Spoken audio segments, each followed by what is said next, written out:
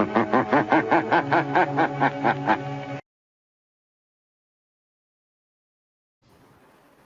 right, how's everybody doing out there? I'm alive.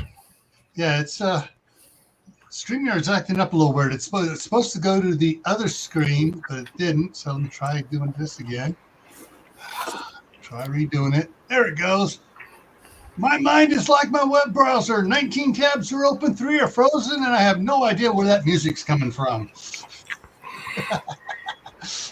There we go. All right.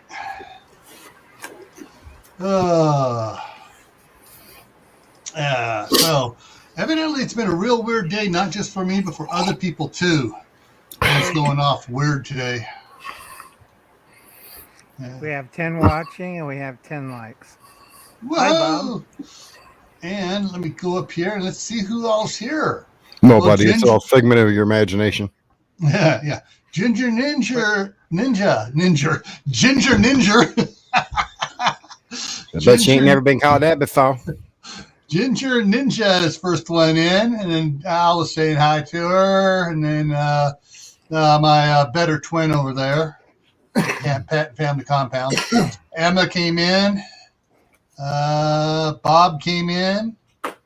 Hugo Homestead, that's CB. Dutch Off Great Homesteading, Mary Beth Smith. Big Dreams Homestead. Everyone's chit-chatting. And I have a reminder. Okay, what's the reminder? Why you let the chat catch up to you. Yep. Hydrate, folks. If y'all just left Broussard, you probably forgot to go get something to drink. Go get something to drink. Go. Yeah. Hurry up, quick, before we get started. And Keith's here. Hey, Keith. Suburban Hillbilly just came in. Wendy Benjamin just came in. First time here. Hey, welcome, Wendy. Tonight's just going to be kind of an open chat. We're going to talk about whatever's on people's minds. So if you guys have something, type it in bold caps in there so I can, if there's some specific topic you want to bring to my attention. Hey, Albany Mountain Homestead. And yeah, it's just been fun all around. I spent part of the day outside trying to roll up some more garden hose and sprinklers out here because we don't have a buried sprinkler lawn system here because the place we bought here, Brandon, the previous owner, just flood irrigated it. And with the grandkids, we don't want to flood irrigate it. So we're practicing this year, putting out sprinklers, figure out where we got to put a sprinkler system in, how it's going to cover because of the city water pressure. So I had about 1,500 feet of garden hose out, going out to everything, all in little timers and stuff. So figuring out, and I've just been slowly taking everything in and getting everything ready for the winter. Did I say hi to Dutch Off Great Homesteading? I'm not sure. If I didn't, hi. Did you cover Albany? Yeah, I got Albany Mountain Homestead. Yep. You say hello to Wendy? Yep, said hello to Wendy. She's first time here. How about JIT? There he is. Just popped up here. It's Will at JIT Preparedness Info. I wish you'd change it back to just-in-time prepping. Agreed. That's 2 votes. I'm neutral. No. Neutral don't count, man. You cannot act like some of the people in Congress. You have to stand up for yourself. Nobody wants that. They all freak out. Or like a previous member of Congress who became a president who, when asked for a yay or nay on a vote, would just vote present. Present. Well, yay or nay. Present. Yeah, that's what the abomination was famous for there. And what else we got going on here? Everyone's just keeping speed. Yeah, so I just checked the weather again before we went live here. For forecast for here in southeastern Idaho, the snow is supposed to come Monday evening. Click back over to it here, and it says Columbus Day, mostly cloudy, showers likely, precipitation 60% Monday evening. Rain showers before 9 p.m., then rain and snow showers between 9 p.m. and 3 a.m., then snow showers after 3 a.m. It won't stay, though. It's not going to stay, no. The ground's too warm. Tuesday is snow showers before noon, then slight chance of rain, then snow showers in the evening. And Wednesday, rain and snow showers, then mostly sunny. Yay! Oh, wait a minute. Then Wednesday night, snow showers are coming back again. Yes, Yep. he said that nasty 4-letter S word. Yes. Of course, I actually love snow, so don't bother me none. But y'all people down south flip out over it. Well, I'd be happy if it were coming after Veterans Day, because then I would have everything else done here. I would have been able to make one more trip to California to get more stuff, but ain't going to happen. Beggars can't be I'll choosers. take anything. I'll take snow, rain, hail. Hey, We're there is some rain coming for Southern California. Also about that time too. California. Yeah, That's in the that weather. little enclave right there for rain. I'm out the other end.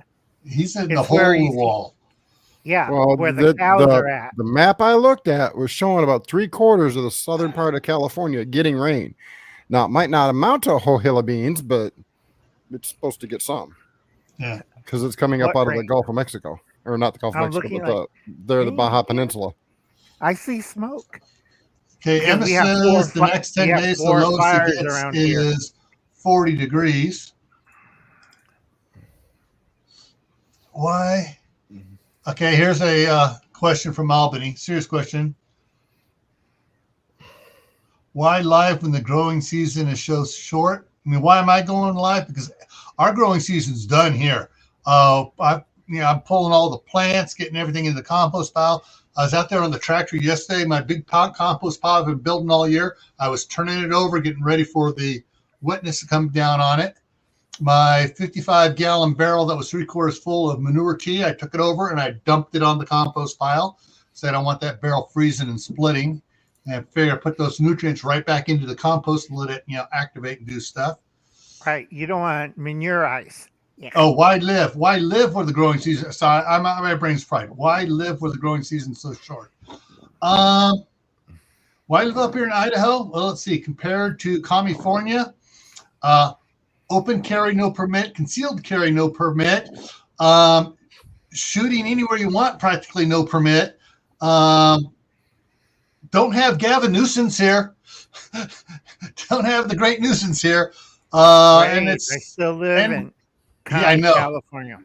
And why I like, the growing season's, it may be a little short compared to California, but I had more friggin' tomatoes this year than I could eat, or my daughter and her family could eat and can. She was canning up a storm, and just, they were going bad faster than she could can them. True. So it was just, You see, here I got 275 days of growing season. Only problem is, every time I try to grow something, the smoke or the heat or the bugs or my nephew kills everything. Especially my nephews. Yeah. Okay. And Emma said, when they moved, they made a list of the most important things that they wanted to achieve with the move, and growing season length wasn't even on the list. Yeah. Thing is, though, we are planning on getting a greenhouse when my wife moves up here, because the county will provide grants. You have to show that you've had a garden. Thank you, Mods. I was just about to say something. Who was that? What? You had a Nick Kerr, 9:09 p.m. You should see it in StreamYards.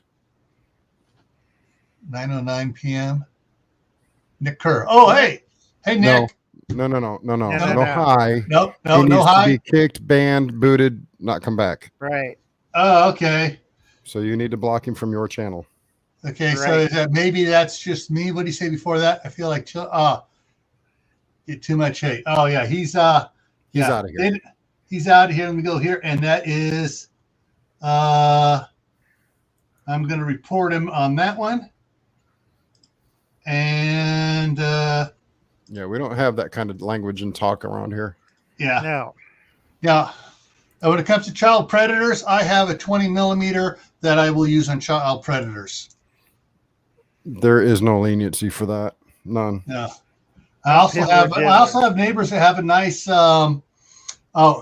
industrial wood chipper and hogs.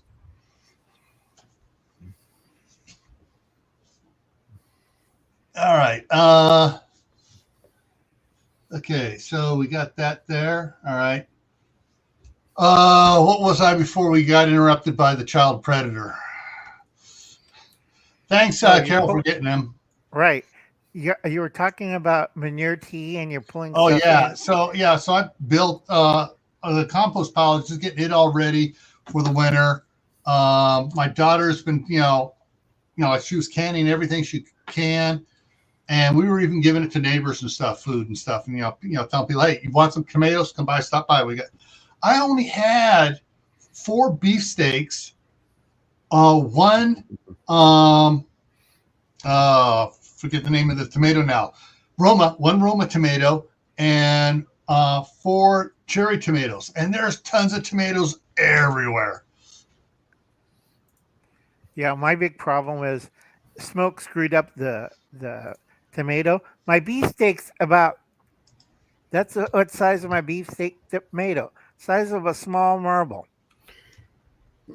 Usually I get a beefsteak tomato from my container garden about that big.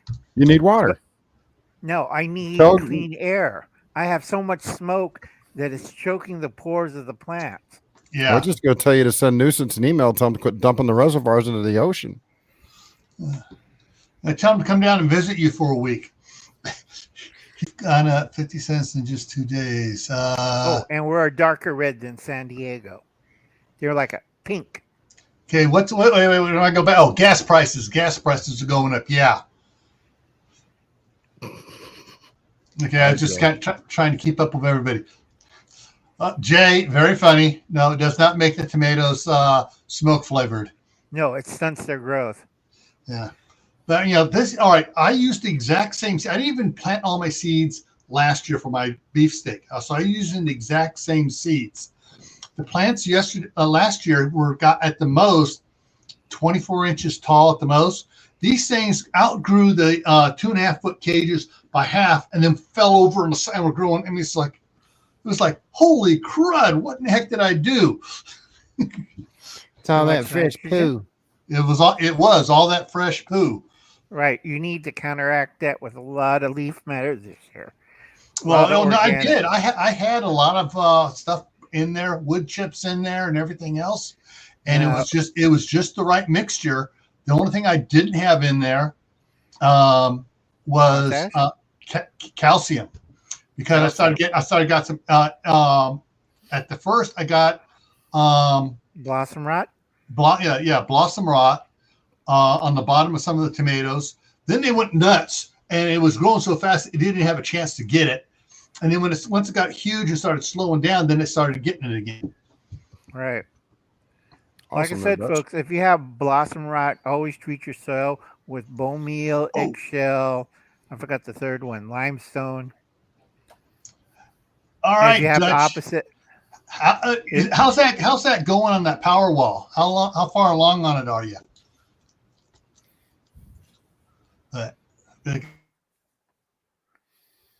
I froze. I know who is it? Reed is making his own power wall too, but he's starting his from scratch. Right, but you also know Reed's a master electrician. Yeah, he's an engineer. Right. Okay, and let's see what else we got here. So if he blows up his house, it's his own fault. That. Jay, Attack of the Killer Tomatoes. I just had a great argument with my friend in Japan about solar energy is the wave of the future. It's so clean. I'm like, what are you going to do? Do the Mikey song and dance in a cheerleader outfit? You're 57 years old. Get your brains into your head. Because a lot of people don't understand solar energy isn't clean. They always say, but it's clean. No, it isn't. Yeah, the problem with solar energy is right now they're still using coal and gas-fired electrical generators to power the plants that are making the solar panels. What they should be doing is once they're making the solar panels, put those all over the top of the plant so they can run it off of solar to make the solar panels and not be using Right. electricity. Gil, Yeah. that makes sense, not dollars. Yeah, I know. That makes too much sense. And a lot of people don't know this. United States used to be the leading manufacturer of solar cells in 1978. And then they had the stupid idea, let's globalize it, and went overseas. Japan did a good job, always safe and stuff. And then somebody said in 2000 or 1999, me and Bill here, we're going to decide we're going to globalize in China. Yeah. Okay, are you guys nuts?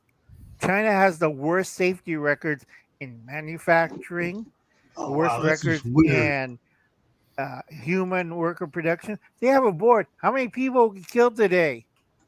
600. Oh, that's a new record. Put up another sign. They kill more people making these stuff. Yeah. Both my monitors here, the one on the one side over here, which has the Camppatton family compound YouTube up on it. So when I comment, it says, I forgot to click that one. So I'm saying hi to Bob. And then on this one, I have the GrayManPrepping YouTube one. And I got in front of me, I got StreamYard. But these two, all of a sudden, both of them went fuzzy. I go, what the heck? And it dropped down to 144 instead of 720p. Yeah. Right. It dropped down to 140. That's why it was all, what the heck? I couldn't even read the chat over there. It's like, what? Right. And that is just YouTube giving you a warning. You're close to crossing the line, sir. Mm-hmm. Okay. Carol also put up a good point. I'll require solar panels and batteries too, but when they break down in 9 years, Carol's right. Where do they dump it? It can't be dumped. You cannot put these in a landfill. For two reasons. It creates a certain toxic heavy acid. You put that into the dirt. Guess what happened to the dirt and surrounding landfill? Yeah. Well, when it comes to the acid stuff on the batteries, if it's a lead acid battery or a wet battery, it's sulfuric acid, and they can drain that and chemically neutralize that. Right. But if they just dump the thing into a landfill, yeah, you got the acid in there, you got the lead contamination. That's why they're charging you now $20 per core charge to get you to bring that battery back, so you get that $20 back. And so they can basically, what they're trying to do is they're trying to reuse the lead, which they found out, hey, how we do this too? We treat it, we clean it, and we reuse it. Now, when you go to the NiCad and the hydroxide, whatever heck it is, and then the lithiums and the iron phosphates and stuff. Okay, just a point of reference, because I keep hearing people say, "Oh, you can't." No, there is a way to neutralize NiCads, lithium ion, LiPo, and nickel metal hydride, and it's simple. Take a 5-gallon bucket of water, quarter pound of salt, mix it up, throw the batteries in there. 48 hours, they will be completely neutralized and no longer harmful to the soil, other than the fact that they will never degrade and break down, but they won't hurt the soil because all the chemicals will be neutralized by the salt water. Right, except for the Chinese solar panel, because they switched the compound in the solar panel. That's the panel, we're talking batteries, so. Yeah, but in the panels, if you do that to the salt water, it creates hydrocyanic acid, which is not good to breathe. Yeah.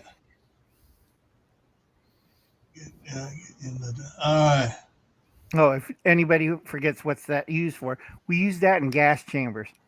Yeah. All right. I'm just catching up on the chat here, trying to make sure to catch up and not miss anything. One of the things that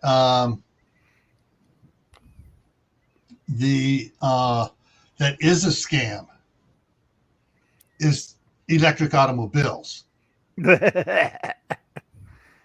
Because the carbon footprint to make a Tesla All right, you got this carbon footprint here for the Tesla, and you got this carbon footprint here for making a Chrysler Charger. All right, they say, "Oh yeah, it's so much cleaner to run the Tesla than this Charger." Well, to make it, the carbon footprint is actually less to make a gas guzzler Charger than it is to make a Tesla. So much less that you can run that gas charger, gas guzzling Charger for 5 years, and the entire time for that, the carbon footprint is less than the manufacturer footprint to make the Tesla because of the all the mining and refining of the battery components. Now, that's just to make it, not to run it for 5 years. To run it for 5 years, you got to plug it into a coal burning or a natural gas powered electric power plant somewhere. Although they are starting to bring hydroelectric back online. I don't know why they killed so many hydroelectric plants in California. And again, it made sense, not dollars. Yeah, and now they're so even with all the windmills and stuff, because the carbon footprint to make those electric windmills is huge, because those blades have to be replaced every 5 years. Right. And yeah, it is a smoke and mirrors proposition for electric cars. Right. And here's another thing, folks, that everybody missed, and a lot of people don't talk about it. Where the hell do they get the rare earth metals? You don't go like, yeah, let's go into Uncle Alan's backyard and dig up some rare earth metals. Yeehaw. No. They get just as a point of reference, that is why Afghanistan right now is a hotbed of multinational corporations trying to get in there, because Afghanistan is full of rare earth metals. Right. That's why everybody are just jam-packed. The U.S. couldn't get to it. Now China and Russia are going to fight over it. Yeah. So is Japan. Russia's going back in again? Yeah. They never left. They never left. No, because they have also the other stand surrounding Pakistan. That's their territory. They're going to protect it like a mother tiger to its little cubs. What? Pow. They have fed up with Afghanistan. Yeah. What their plan is, cut it in half, take all the Soviet people that was originally there, put it into a new stand, could be New Afghanistan, and then give the Pashtuns their own Pakistan, Afghanistan. There you go. Go over there. And then they're going to pound the living hell out of them. And Japan got into a foray because guess what China did to the Democratic Republic of Congo? And everybody who's Congolese is now racist against Asian persons because they forced slavery again. They forced women and children in unsafe mine. Oh, that's a mine right there. Get some rope and get a railroad tie. And here's your pick and shovel. We need cobalt. Go dig. Emma, you're right. We used to mine rare earth metals here, but the cost of mining them here in the U.S. Grew to a point where it's much cheaper to go over here and pillage this country over here and tear their land up and not have to put everything back the way it was. Right. Because we do have a cobalt mine in my backyard where the fires are burning. It's a great cobalt mine, but it costs so much to mine it. Do you know how much you pay for a miner to go into a cobalt mine? $35 an hour plus. That was back in the 90s and 80s, folks. Yeah. Now guess how much they have to pay now? Yeah.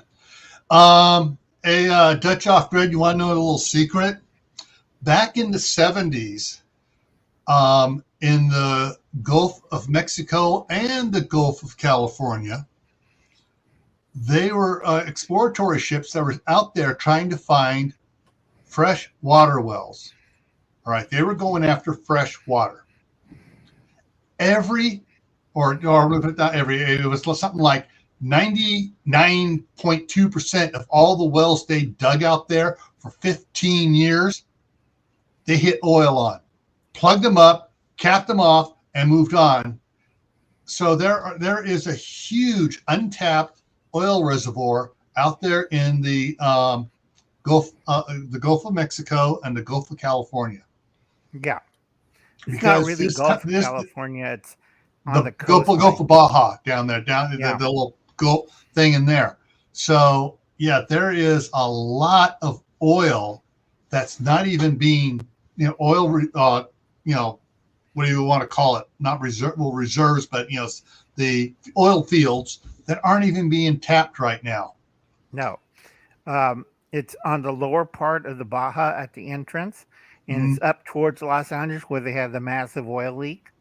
That's sweet crude. They don't want to go in deep into the lagoon of Baja because that's sour crude. Nobody wants sour crude. Yeah, because it's like it costs twice as much to produce a gallon of gas from it. Also, it's Sour dirty. Sour crude, isn't that something similar to sour cream you put on potato chips? No, sour crude is, you have sweet crude, which is the premium oil. You have sour crude, which is like, do I want chunky with it or non-chunky? I'm sorry. Too hard. I'm laughing. The reason I'm laughing, folks, is a political joke jumped into my mind. Yeah. So think sour crude and a certain sour prude. Prude. Yeah, you're getting there. You're getting to her. The one that looks like she's was a Barbie doll that had a blowtorch taken to its face. And yeah, I was thinking somebody that had their face stuck next to one of them super high-powered vacuums. Or worse, in the microwave oven for too long. Yeah, Miss Plastic Face, as I like to call her. Right. Remember, folks, remove her. Just remove her. She's been there for like how many centuries since they discovered America? Let's get her out of office. Actually, she hasn't been in there the longest. There are several others that have been in political office longer than her. I know, but they're still from the same area. California, Southern California. Yeah. What really flips my trigger with these idiots in Congress is, okay, let's say Joe Schmo is from Massachusetts, you know where, and they run for an office and they don't get it. They take their millions of dollars from their campaign, buy a house in another state, let's say California, and then they run the next year for a political office in that state, and nobody says a word. Look at Maxine Waters. Yeah. Many years ago, she was Florida. Now she's California. Where's she going to be next time? Ohio? Oh, God, I hope not. You said it, Dave, not me. Hey, if she were to come to Idaho, we would arrest her for treason. She'd probably be the next governor of Ohio. Don't you swear at me like that, Al. I know where you live. True. Yeah. But yeah, there was some interesting things going on. I'm trying to remember what they were now. I was watching on Facebook. Oh, that was so funny. I mean, I'm sorry, but on Tuesday when Facebook went down, Monday when Monday went down, and the person that was supposed to testify on Monday didn't testify until Tuesday. They changed the schedule on them. So Facebook wound up in Facebook jail for the day, along with Instagram and one other one. They all decided, we're going to shut down so nobody can tweet this information or to spread it out or do whatever. And guess what? It didn't work. Nope. Yeah. And what was it? I froze. I was going to look something up here.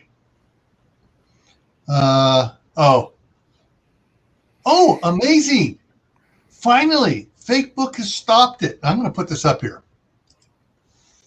This picture on Facebook, just about everyone that shares it, they've been blocking it as offensive or whatever thing. Is all this is stand up for what you believe in, even if it means standing alone. There's this little flower here. And they've been saying as being as divisive and everything, all these different things on it. And people have just been giving Facebook a ration today about them blocking this one picture, and this is the first time I've seen it where it's not blocked. That's been up for a whopping 2 hours too. Yep. Yeah. Unbelievable. Yeah. But yeah, so there's let's see anything else here coming on here. Just checking to see what was the other one here. Oh, the other one I love, which the Joe Captain Crazy Corn Maze. There ain't all the corn's already been mowed down, and it's a maze for him to try to get lost in. He'll still get lost. Exactly. We just call him Captain Crazy because Captain Crazy just did the Taiwan Accords, and we're all looking around. We don't have a Taiwan Accord. And he's do now. We do now. And Japan's right. This one may get me in trouble, but I don't care. Go ahead. Oh, hey, careful. This is the government our founders warned us about. Yep. Sure enough. So I got to give Mac a thumbs up on that one. Oh, remember, folks, the difference between a republic and a democracy is like on Star Wars. The Republic was part of the rebellion, and the Democrats are Darth Vader and that bunch. See the difference? And we have a Sith Lord in the office. I mean, an old crazy Sith Lord. Katie Palmer put up a good one here. This is good common sense here, folks. Energy crisis, food crisis. Why you need to grow food now? And this is someone's YouTube thing here, but that's yeah. She says things to listen to in liberal Washington Walmart. Hey, Lori. Oh, hey, Lori. Hey, Lori. This is funny. I got to play this. Regina put this up. So I'm gonna crud. Hang on. I gotta stop. I gotta redo it so I can put the sound in there. Redo. Share screen. Share audio. Share, because this one requires it. Different types of people in a haunted house. This is funny. I go first. I can't go first. No, you go. You go. Okay. All right. He always scared to go first person. The screamer. And I've seen guys do that in our haunted house. Yeah. Oh, no, sir. We out. No, bro, I ain't going. Come on, bro. I ain't going. I don't want to go. Nobody better not touch me on my mama, bro. I am not playing tonight, bro. I don't do this stuff. And we had one of those once. We found out that there were several deputy sheriffs working there. But the one thing I like that they didn't put in there. I go first. I can't go first. You go. Already went through it once. Stop, guys. There we go. All right. The one thing they didn't have on that is what we had in ours. A lot of times we had 2 high schools that would come to our haunted house, and the community college football players that come over there with their dates, thinking they're all going to be all studying stuff. We made more football players pee their pants in our haunted house than you could shake a stick at. We had one guy that was acting so studly with Dracula's coffin. This is funny. We had Dracula's coffin mounted vertically on a wall, all painted black inside, black cloth, everything inside. Door froze again. Yeah, I know, froze. So the door's open when the tour guide leads him into the room, and he's talking. We are now in our special guest chamber. We have a very famous person that stays here. Now the guide is keeping his back to the coffin, so he doesn't see it's open, theoretically. And he's talking about all this. So we're gonna see if he's home here. And turns out, oh man, Dracula left his coffin door open. He reaches over, grabs it, and as he pulls it closed in front of the people, the back opens up and Dracula's coming through. So as soon as that coffin lid fits. Dracula throws it out and jumps out. I kid you not, the one time we had this guy who had to be 6'4", almost 280-pound football player, was screaming like a 13-year-old girl doing the wee-wee dance. And it was so high-pitched. We usually have 5 or 6 tour guides taking groups through at the same time, to go doing in pathways. Everything went quiet in the entire haunted house. And everybody's going, what was that? And one of the girls that was with him, really? You screamed louder than I did. But the funniest part was, as he was walking away, there was water droplets or liquid droplets on the ground behind him. He peed his pants too. Yeah. Hey, Fish, just so you know, excuse me, those two of the last three words of that statement are hot topic buttons for YT here. So Yeah, you may you gotta want take to it off. It's politely retract that statement real quick. Right, because it's incorrect. Mm. I had a Well, nasty, that's why it's a hot button topic for YT, because it's medical misinformation. right. So, So, Carol, please and thank you. yeah, Carol, can you remove it? The big problem with that, like I explained to HC, our favorite Canadian up north, it's not fecal matter, it's fetal position type of. Oh, sorry, didn't have me to do that.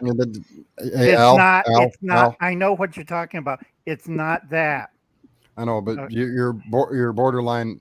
I The know. words that I seen a channel get taken down for. Right. You don't want Gil to have to go through the week of solitude confinement that I had to go through. Yeah. I still have to be very careful what toes I step on. Yeah. B2E.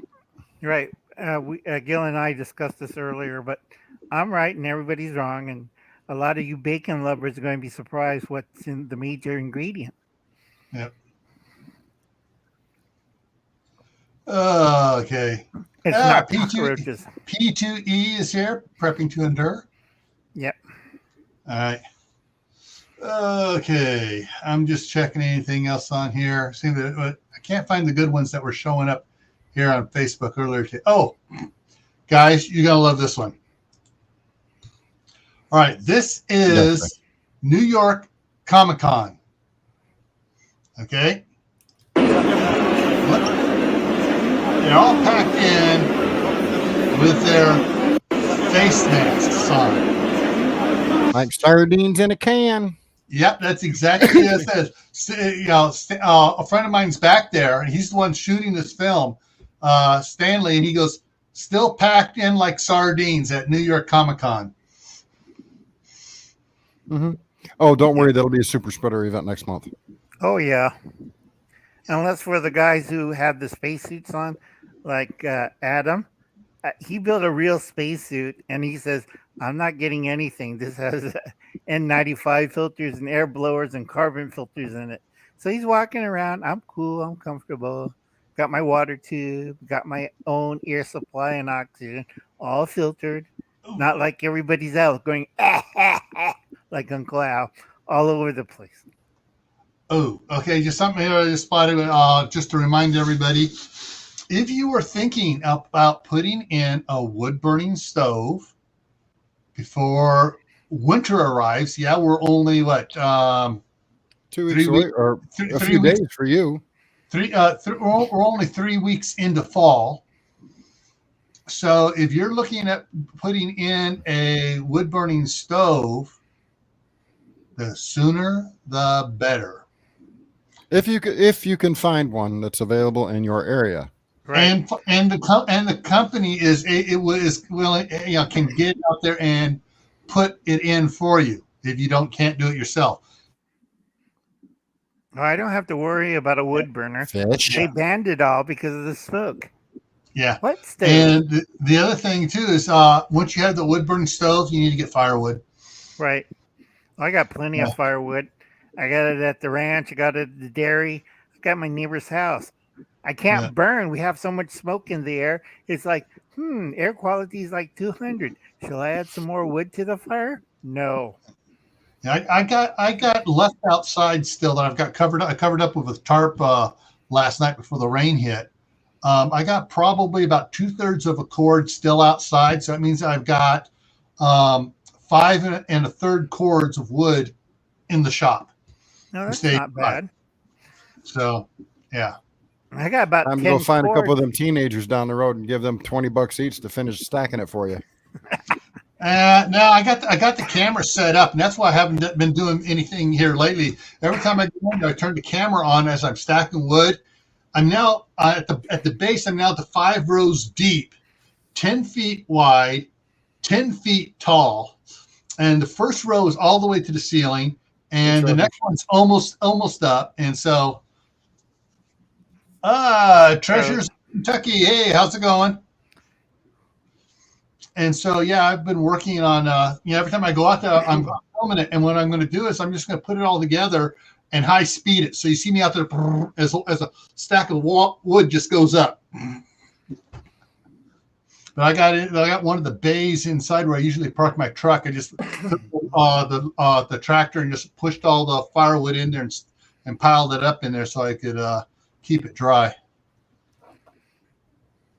Yeah, my back has been telling me you're no longer 30 years old. Everybody's probably wondering what I keep looking at, so I'll share it so they can see what I'm doing on the side here. Oh, No, that's a lot better than listening to Biden have secret meetings with big banks. This is his cabinet over here that we are trying to take down. As you can see, they've got the immortal buff up, but we'll take care of that shortly. Actually, it kind of reminded me of what Viper last night. I could tell he was playing a game too on Courtney's after party. Hey, have you got the computer to run this and be on a live stream? Cool. Yeah, I can actually run the 3 instances of the game, run a live stream, and have a couple windows open all at the same time. Yeah, my oldest son has he and his little brother upgraded his computer, and he had a gaming computer to begin with, and he upgraded it some more. And so he's running. I can't remember which game it is. And then he has another game going on in a small window up above. Then on the second monitor above that, he's watching streaming movies. I used to play 4 accounts of Dark Age of Camelot at the same time on 3 different computers. Yeah. So I'm used to multitasking. Hey, Julie. Julie's here. Got Julie Evans in the house. And we check over here in this other one. Right. Some other interesting stuff. What this looks like is the PTA versus the National School Board, because they went crying to Captain Crazy and crew saying, we're afraid for our lives. You should be, because all the parents are hot as hell. Well, see that last one there? That's one of them famous Karen's asking to speak to a manager, and she's not gonna get the chance. Yesterday when I ran into Idaho Falls, and one of the big fields, I wasn't sure what they were growing out there. I know what they're growing out, what they were growing out there now. Marijuana? They have the digger out there, and they were just loading trucks up as fast as they could with sugar beets. Oh, that's good. So yeah, and because the rain, it rained a little bit today, not enough to make it muddy out there, and I can still hear the trucks every time I go. So I can hear all the trucks and machinery running all around. They're just trying to pull that stuff out of the ground as fast as they can before the rain hits heavy tomorrow or the next day. Yeah. Hey Dutch, I still occasionally log into WoW. I don't play it like I used to. I've got several max level characters, but they've ruined the game in my opinion. Oh, here's one. Shelley's the next town up the highway, between 4 miles up the highway. 4 miles head towards Idaho Falls. Shelley Marketplace. We have 50-pound boxes of freshly picked giant Idaho russets. So hey, the Idaho russets are being harvested now too. some baked taters, some Yeah. small little chives, a little bit of sour 15 cream and butter. $15 for $15 for 50 pounds. Yeah, but how long is it going to take me to drive up there? Yeah, that's the problem. Yeah.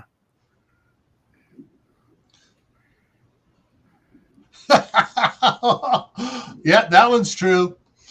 Well, it's easy to do. And, Freeze the and Jell-O. Dave's take going to a find strong that out meal. here shortly. Gil, Raising- this isn't my first rodeo. Yeah, I've got two in their 30s. yeah. God, now I feel old. Thanks. Hey, Howie's in the house. Hi, Howie. Oh, Yeah. But yeah, it's a hang on. how you feeling, Howie?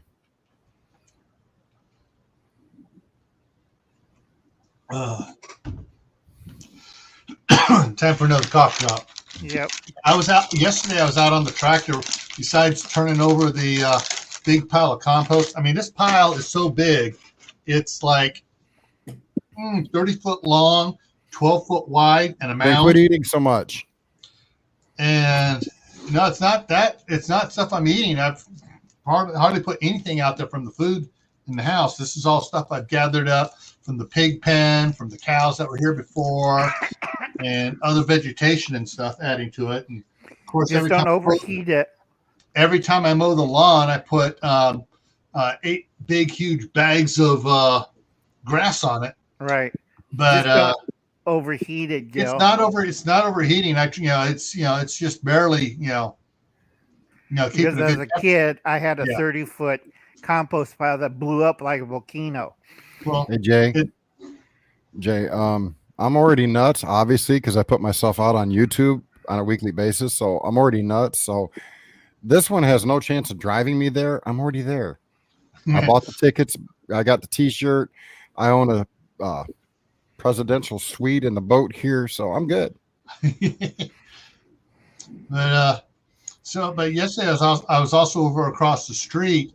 We have a weed around here called Russian kosher, Ooh. and my daughter and son-in-law have not been keeping up on it over there.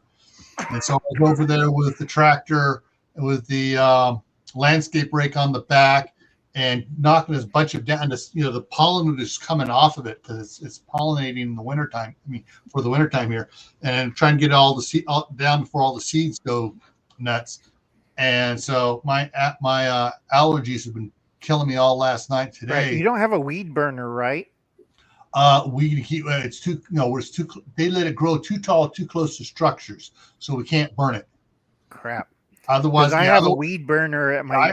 I got 4 weed burners, but it's too close to structures to burn. Right. You and, burn down the structure. And I stopped my son-in-law from burning. And it's like, oh hell no! There is no way you are burning. I remember the last time you guys burnt when I wasn't around. You had to wind up with the whole field out there burning into the neighbor's property, and the fire department had to come. Yeah. No. Thanks, Bruce. Night, Bruce. No, because- thanks. Now I With have Russian- that 1970s song running through my head. Which one That was was, that? Yes, that we're was that 70s. old. That was 60s. That was the 60s. They're coming one to was take us that? Funny away. Farm. Oh, did a funny farm where life is happy all the time. Yeah. Yeah, that's 60s. Yeah, but that Russian weed is really flammable. Yeah, I know. But so I was You knocking shouldn't it all talk about down Putin that way. and trying to rake it out into the big field that I had all disc so that we make a big burn pile there. But Give me a minute there, Dutch. I'll get you a link to it. link to what? He wanted to know what I was playing. So Oh. here. Go here. And do that. Okay.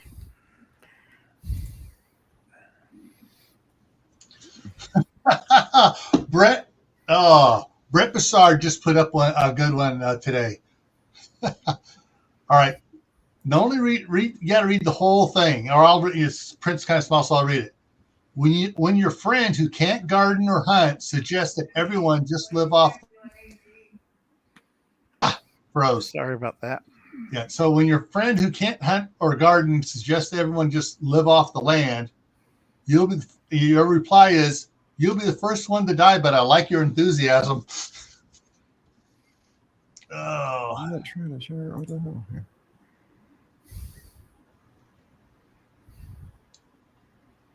all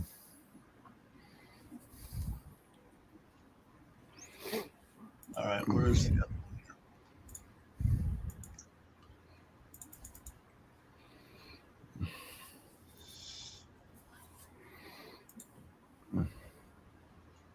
No, I don't want nearby share. Yeah, we have here in Idaho. We do have one bad problem here in Idaho. It turns out we have a Democrat in Republican clothing in the governor's seat, and he's trying to tell the lieutenant governor, "You need my authorization to act as governor when I leave the state, or when I'm unable to perform my duties." And everyone else is firing back. Learn the Idaho Constitution. You leave the state or unable to perform your duties, she's the lieutenant governor is automatically acting governor, and she is a total right-wing person. I mean, she even went to she even supposed to her going to the gun range with youth groups and stuff. So Yeah, but sorry about that. My mom says a moment. I'm gonna do it this way.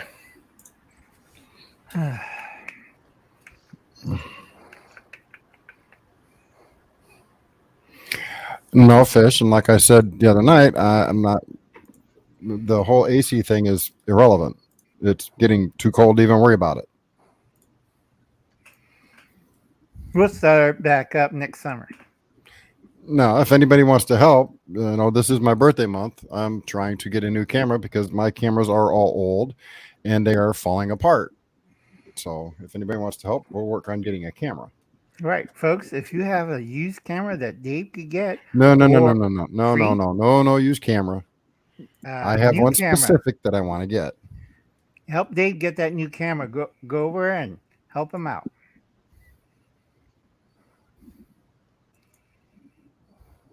Yeah. Okay. You really got to skin the wolf. Skin which wolf? Doesn't matter. Oh, aren't all political and yeah. Now, all right. Now, there are certain elected officials who do what they say they're going to do. They go in for 2 terms and they get out. They don't even try to run for a 3rd term. It's like, nope. Hey, I'm following what George Washington's example. I'm in for 2 terms. I'm out. Hey, Dutch, if you use that link right there, it'll actually help me out a little bit in the game too. So, yeah. All you got to do is log in and play it for a little bit. You may like it, you may not.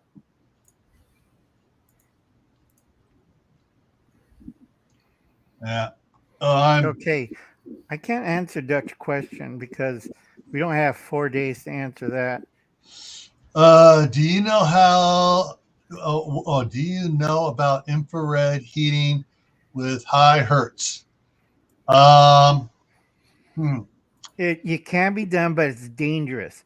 Mm-hmm. It's like frying your testicles in the microwave oven. So I don't recommend it. Yeah. The high hertz on anything inside the house, the wavelength and stuff, not good. No. Also, that's why I'm totally against the 5G phone network, because it's up into what used to be a ham radio frequency thing, where even the ham radio operators kept the antenna 100 feet away from where they were sitting because of the energy output from it. Right. And some of these towers that are put up in residential areas are putting out more energy than the ham radio operators ever thought about putting out on those same frequencies. Right. Hey, Dutch, that's my email address. Email me later and I'll get you some promo codes that you can enter one a day that'll actually help you out in the game quite a bit. Right. Also, back in World War II, the Japanese are trying to make a death ray, not to kill Godzilla, but to kill B-29s. But the way they did it, they used long waves instead of short waves. And the same thing to heat up the B-52 so it B50, not B52, B29, sorry. Yeah. B29 to explode.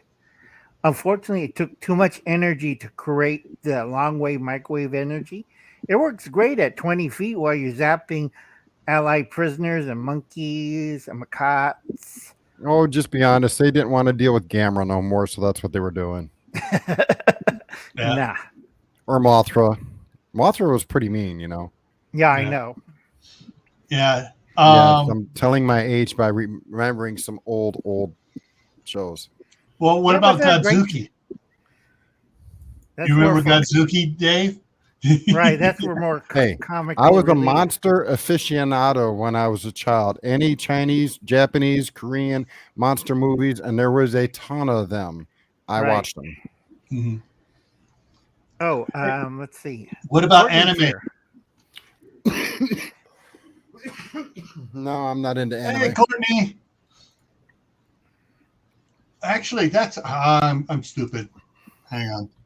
Uh-oh. I was going to do this before. I know I sent out. I copied certain people on it, but there's the link to come on up here for those of you that are willing to come up here and show your face. Dave? Do you remember something called Star Blazers? Yep. Yeah, that was one of the cool ones. I love that show. Thundercats, He-Man, Ultron. I could go on for probably a half an hour of naming this stuff from when I was a kid. Ultraman. Ultra 5. Quick And Draw don't My forget- Draw. Huckleberry Snake. Hound. Space Cat. Old Cat. I'm talking Mighty before those Mouse. guys. I'm talking the good old Hanna-Barbera original ones. Yeah, You know, Space Cat was one of them. Birdman. But Space that was Cat. later on. That was when I was in my teenage years. I'm talking about when I was in my, Flintstone's age. yes, exactly. I remember those days. You had Space Cat, you had the Jetsons, you had the Flintstones, you had the Huckleberry Hound, you had Pixie and whatever that cat's name, Jinx. Who else? Ricochet Rabbit with Deputy Droop Along. Right, and then they had that weird cartoon, Clutch Cargo. Yeah. And then they had the real offbeat ones like King Kong, the animation, and they had McCool, and they had Underdog, and I forget which one was it. Another one. McCool was like a secret agent. He fought all these bizarre villains and stuff. And Then there was the one from the one that really freaked our parents out in 1968. Super Chicken. No, the one from 1968 here. Ready for this one? It's the Banana Splits. Na, na, na, na, na, na, na, na, na, na, na, Yeah, didn't they have a new improved one with axes? They had a really weird one that was not well received. That somebody, they killed people. yeah, exactly. Look out, Droopy has a chainsaw. Yeah. Oh, also that show they had Danger Island. Yep. Chungo. Oh, do you know who the star of that was? Jan Michael Vincent. Yep. As Chungo. No. He played the research scientist citizen as assistant. Yeah, let's see here. DAN. Danger Island. Yeah. And they made ripoff of that island. They had Treasure Island, Mhm. Pirate Island. That's right. Yeah. Island He was the other one. That's right here. Let's see if I can get this up here. That one's not too good. Come on, let's get a good one. And from Courtney's generation, the Power Rangers. First generation, second generation, third generation, fourth generation, fifth generation, seventh generation. All the generations. One of the Power Rangers that used to live here, used to live nearby, but she got killed in an accident in Bakersfield. She was one of the second generation Yellow Ranger. She was an Asian. I don't know. There's Right. some kind of curse with the Power Rangers. I don't know what Right. it is. She got but run over. Yeah. All right. There's So- several of them that died. Yeah, so Jan Michael Vincent was the assistant to the professor here. Right. That was the professor's daughter, right? Yep. And this is the native guy, and this was Chongo, who was the. They cut off his tongue. Yeah, this is a stunt guy who did a lot of stuff. I mean, this guy, if you look up who he is from Danger Island, and you see all the stuff he actually did, you know, all the movies and stuff he was in as a stunt double, it's like, whoa. Right. He did Kung Fu, Green Hornet. He was buddy to Bruce Lee. Mm-hmm. Yep. Oh, I just found out. Guess who's a famous star that lives nearby both Dave and Courtney? Holly Berry. Nope. Dave Chappelle. He's the guy smoking, he's from Southern Ohio. Mm-hmm. Yeah, he smokes the cigarette and drives around in the poor saying, "Look, poor white people." Yeah, he lives in a really, really actually nice town. Like, yeah. I can't remember what the name of the town was, but I watched like a documentary on him or something, and showing people his town and everything. What's up? Right. Hey, Courtney, are you taking lessons from Gil? You froze for a moment there. Oh no, I don't know. It could be my internet. I don't know. Yeah, it's the internet. But also, he's pretty smart. He married an Asian wife. Yeah. Oh, what was the? Here we got a question here. What was the one that married the spaceship? Actually, I just seen a thing on YouTube the other day with it in there. I can't think of it now. Thunderbirds. Yes, Thunderbirds. Thunderbirds and X-15 Fireball.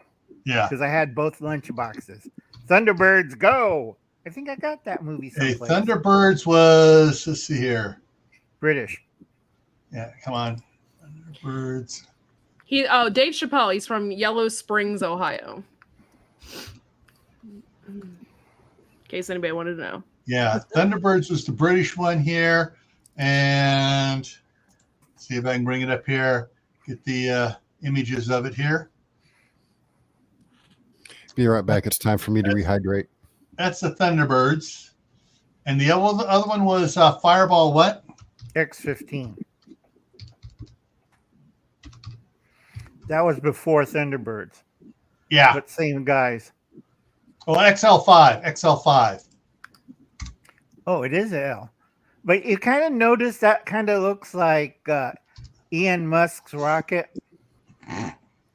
It does, doesn't it? No, Elon Musk's rocket has a bigger cabin on the front. Yeah. But they do separate. I totally forgot about that one. Yeah. I don't remember any of this. Am I supposed before to? Your time. Oh, it's like in the 50s and 60s. I had that toy. Yeah. But it does kind of look like Elon Musk's rocket. I remember watching this. Now I remember watching this at my grandmother's house in the summer. I loved it because they use guns. Yeah, we're space people and we're using guns.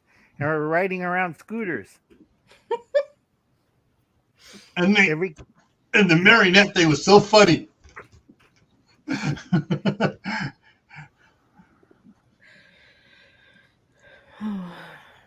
Oh, okay, I got to show this one. This is how big the spaceship was. Actuality, yeah. Because they made a bigger one and tried to launch it off the little rocket sled. Unfortunately, it went through the roof of the film studio, so I had to scale it back. Yep. But those were the days. I think I got one on video. X-15 XL5 versus the Space Monster. It's like Washington's in trouble, and like this giant lumbering beast coming to Washington, D.C., and you see them like, we have to take cover in caves in Washington, and they're all hiding in, and like, can you save the Congress, Steve? Let me get my gun out. Sure. Okay, Julie, here you go. It's pigs in space. Hey. Muppets. It's Muppet time. I think they're making a sequel to that. Yeah. Oh, okay. That would be awesome. Since I got to do this here, hang on here. Let me switch this around. Since I am not monetized here on this channel, I'm gonna put something up, and where's it? Okay, hang on here. I'm sorry. I love Halloween, and this.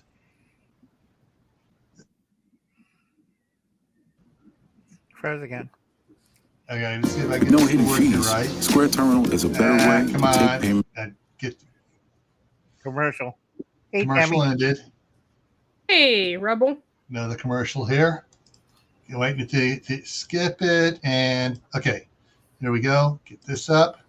All right, guys, here we go. This is for Halloween, and make it big.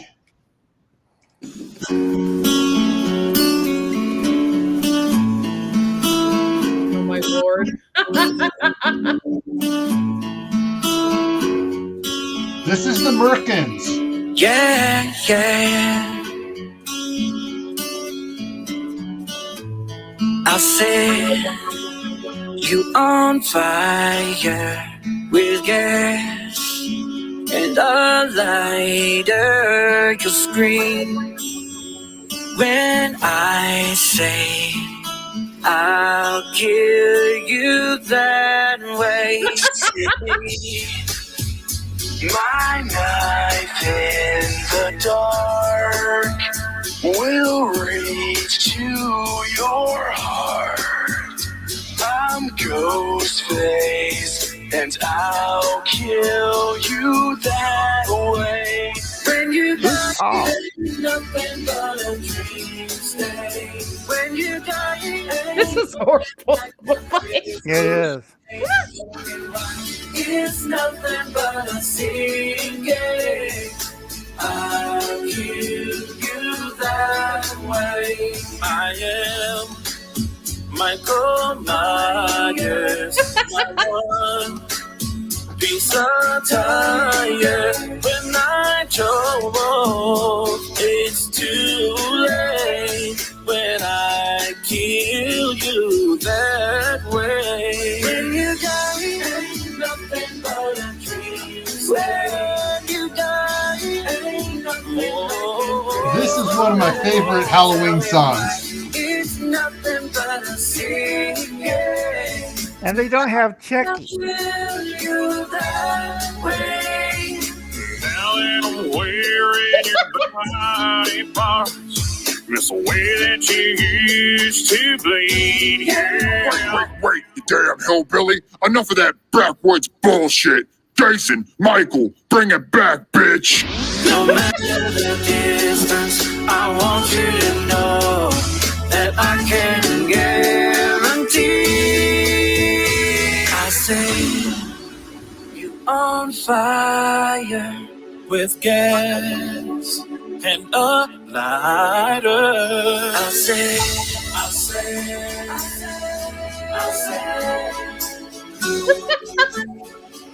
Good Just grief. wanna kill you. Ain't nothing but a dream stay. Ain't nothing like in crystal lake. On the crystal lake.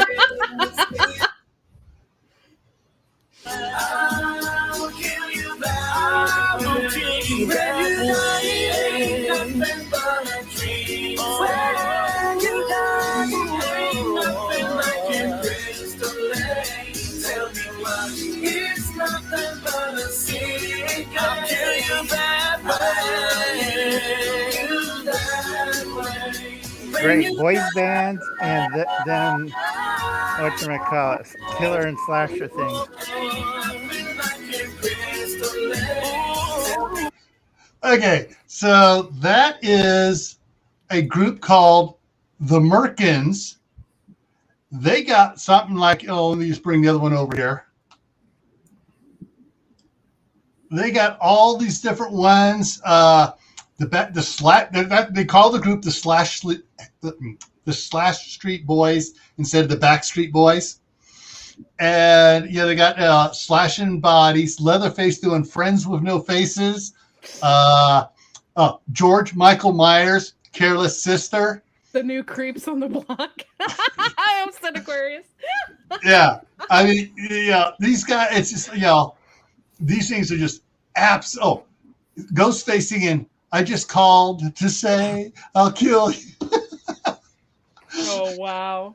So I like funny parodies. That's hilarious. oh yeah, I mean, is some of them just I got to do this one. Sorry, I just got to do this one here. This is I like this one because I don't like it. Open a new tab. Since January, Get the stupid Commercial out. commercial on it. And so don't like that. Okay, don't like that.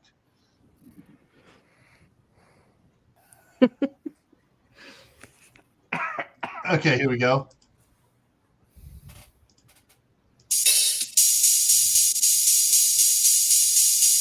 This one is Yo, R.I.P. Let's kill it. You know what's funny is I just watched the Wheel of Fortune and it had Vanilla Ice as like one of the contestants. Back with the same old obsession. Stalking, grab a hold of you tightly, glow like a lantern, scaring you nightly. Will I ever stop? No, Laurie Strode, turn off the lights and I'll show. On Halloween, I rock a knife and go mental, light up the shape and stab a nurse in the temple. Damn, blood dripping from my eye wounds. I'm killing insane in my mask and a jumpsuit, deadly. When I slay a whole family, anything less than your death is a hell to me. Trick it or treat it, so happy holiday. Shoot me 6 times and I'll still walk away. Lori has a problem, she can't solve it. Check out the sting, gonna need to resolve it. Slice, baby. Oh, nice resolve. Slice, baby. I'll kill you. Slice, baby. 2 things that came out of the 90s and early 2000s. Boy bands and slashers. the thing is, they cover the gambit from country to rap to whatever, and it's just some of them are just so totally hilarious. Yeah. And if you guys want something funny, just go to the Merkins, and there's some are just absolutely hilarious. True. Some of the older horror movies are just like a part of, I hate to say it, but some of them are a part of my childhood because, you know, that's what you wanted to get when you rented a movie, when you were a kid. Right, from Blockbuster. Yeah. So there's the link to those videos, but they also have, there's like 47 videos that they've done so far over the last 5 years. But hey, it's October. It's Halloween time, and there's already stupid Christmas decorations. I know. They ruin it. They ruin it. They really do. They ruin Christmas and Halloween. It's like horrible. Yeah, Christmas decorations should not come out before the Saturday after Thanksgiving. Right. But you know why they're putting everything out? They always do. It's for the dollars. Right, mind control. And you know what pattern they use? Red, green, blue. I'm not saying which order, because if you do it in the right order, you can hypnotize everybody. That's why they took out yellow. Remember those yellow warning lights? They changed it to amber because it used to be a bright yellow. And what happens when you were a highway patrolman? Like, God damn it, another drunk hit the pole. Because they would like zone into that, and the beam would flash at the right speed, and like, I don't see nothing. Wham! 80 miles an hour. So that's why you drink and eat so much during the holidays. Red, green, and blue. You want to buy something, you want to have sex, and you want to drink sweets and whatever. That color code. Oh, that's nice. Yeah, that's the time of year I'm Buddhist. Some of the kids today don't understand the good classics. Phantom of the Opera, Wolfman, The Invisible Man, The Mummy. The good stuff. The good stuff. Abbott and Costello meets Frankenstein. Yeah. And also, don't forget Creature from the Black Lagoon. Mm-hmm. The Fly. Yeah. They just recently made the Creature of the Black Lagoon. The Mummy movies, they overdid it. I'm a huge oh God. The Froze. Birds. What's his name? God. My Alfred brain. Hitchcock. Yes, I love Alfred Hitchcock. I own a lot of his movies. Yeah. Hey, Dutch, when you pick your starting character, pick Kale. He's the best starting character. Like the vegetable. Yes. And one of my first horror films was the Alfred Hitchcock The Birds. Yeah. And Classic. yeah, I do like Psycho, and I really liked the show that they came out with. What? Alfred Hitchcock Crime Hour? It would no, it was a show. It's recently. It was based off of. It's called Bates Hotel or Bates Motel or whatever. Oh yeah, Yeah. early days. That was of- really good, and unfortunately, they killed off the mother, and then that's when Norman Bates started going nuts. But he killed his mom or whatever. But I really wish they would have just froze it in time and kept her in there, because the combination of all of them it was a really good show. Right. Yeah. That's why Oh, Norman I'm went sorry, nuts. I prefer books. Yeah. Well, Edgar actually, Allan Poe. actually, what I liked was as a early teenager, Alfred Hitchcock lent his name to a series of books called Alfred Hitchcock and the Three Investigators. And as these three teenagers that suppose in the book they knew and dealt with Alfred Hitchcock, and they were sort of like I'm trying to think the earlier detective thing that was a girl though that was doing stuff, but they went out and they did different things, and they investigated different things and everything else. But one of the interesting things, one of the books I really liked actually occurred near there was a real life story based off of near where I used to live in Northern California with Mount Diablo, called the Ghost of the Moaning Cave. And when the wind would blow up there on Mount Diablo, the coal mine caves and sand mine caves that were up there, you get moaning sounds and stuff. And the person they used for it was actually his headquarters was down in Fremont on the south side of Mount Diablo. Mexican bandit, just lost the name. It's not fingered. Bleh. Not through Juan finger jack. Marietta. Yeah, Juan Marietta. Yeah, it was Juan Marietta was supposedly died in the caves up there in the book. But Yeah, and they took found like, what, 140 rounds of pistol fire? yeah, and they found the missing body in the book. But yeah, it was really interesting book. Hardy Boys, Nancy Drew. Yep. And Nancy Drew, that's who I was thinking of. Yeah. I'm a huge Edgar Allan Poe fan. I own a lot of his books. I own a book that has all of his stories in it too, but something about him that I really like too. And the first, what I want to say, adult books that I read as a kid was The Hobbit. Oh, really? That's cool.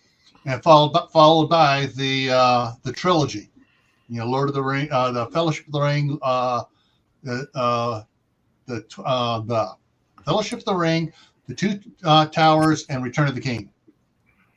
The ones that I read the most of when I was younger, and it wasn't really fantasy, it was kind of like horror mind messing with, is the V.C. Andrews series, The Flowers in the Attic, and all of those. I've read I have a whole thing of her books. Yeah, that's like the neo-goth generation, not neo-goth, but neo-Victorian horror.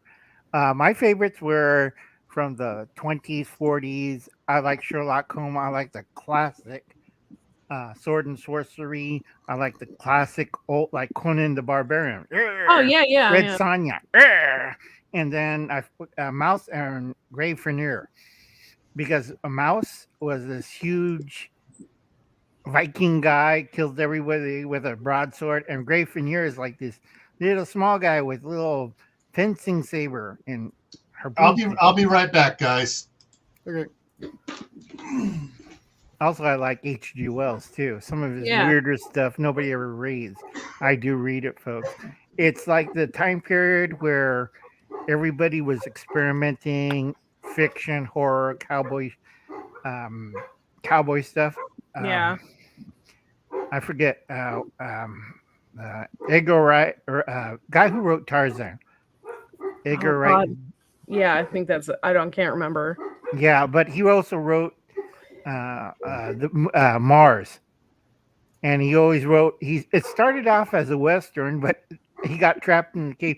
Next thing you know, he's on Mars. He got transported, and Disney picked up that option and made a horrible Martian movie out of it. It was pretty good. It was very close to the book. It just didn't click on no name stars, but it's very nice and visually correct. Yeah, Ginger Ninja. I read the Dark. It's been years since I've read the Dark Tower series. I think I was like in 5th grade when I read them. I don't own a lot of Stephen King. I have seen a lot of his movies versus read his books, but I just the guy like in itself kind of amazes me though that he can come out with so many books in a year. Yeah. Like I don't know how he can mass produce so many books like that. The guy must, I don't know. He must lock himself away. No, he has extensive library. Oh, there's The Hobbit. This is cool. The Hobbit I first read. This is the actual book that my sister had, and I got a hold of it after she read it, and I was even 10 years old when I read it. And then one of the other ones I had as a youngin' was another detective one, Alfred Hitchcock, Daring Detectives. And then this is the precursor to the Mad Scientist Club, a paperback. I wore the paperback out reading it about 30 times. Yeah. This is for teenagers. And pre-teenage. This is the Mad Scientist Club is great. Yeah, I mean, originally it was in Boy's Life, and then they finally went into books. Yeah, I'm trying to also. There's the brain of the Mad Scientist Club, Harry Mulligan. But there was, like I said, science fiction was kind of weird during the 20s and 30s and 40s. It broke up into today's present day categories, but in the beginning it was all mishmashed together. Like Carson of Venus, that was another Edgar Rice Burroughs book about somebody going to whatchamacallit. They had airships and pirates in the Philippines. They had Lost Worlds. I forget which one wrote that one. Mm-hmm. Lost World. Wasn't that Lost World? H.G. Wells. Yeah. Mm-hmm. Yeah. And they had all sorts, and they combined all sorts from it really started up really big after H.G. Wells and right after the First World War, because they had a lot of new technology, meeting a lot of this weird stuff like Lovecraft. You ever read any? Yeah. And then it produces, you got your westerns, genres, soap operas, crime novels. Did Lovecraft do the Time Machine? No, that was Wells. I was confused. Yeah, you just remind me when I would visit my grandmother.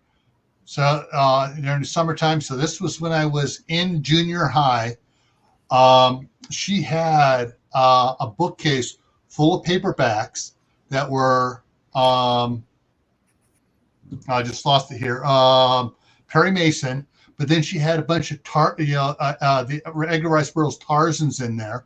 So I read some of those up there, but probably I would say Edgar Rice. Oh, Idaho Garden Girl's in here. I didn't see her come in. Hold Sorry. Dutch is going to bed. Yeah, Dutch is going to bed. John Carter of Mars. That's the one I can't remember. Yeah, and then there were I think there was 4 in the series that he did. Yeah, they made one into a movie by Disney. Yeah, but Probably, I would have to say, let me bring it up over here. I ain't gonna work. I gotta pull up do it off the other one.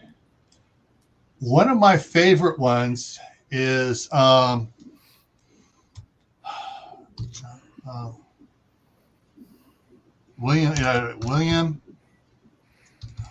William J. Yeah, John. I like Conan the Johnstone. Barbarian too, and there was two ones. I like the one with Arnold Schwarzenegger, the movie.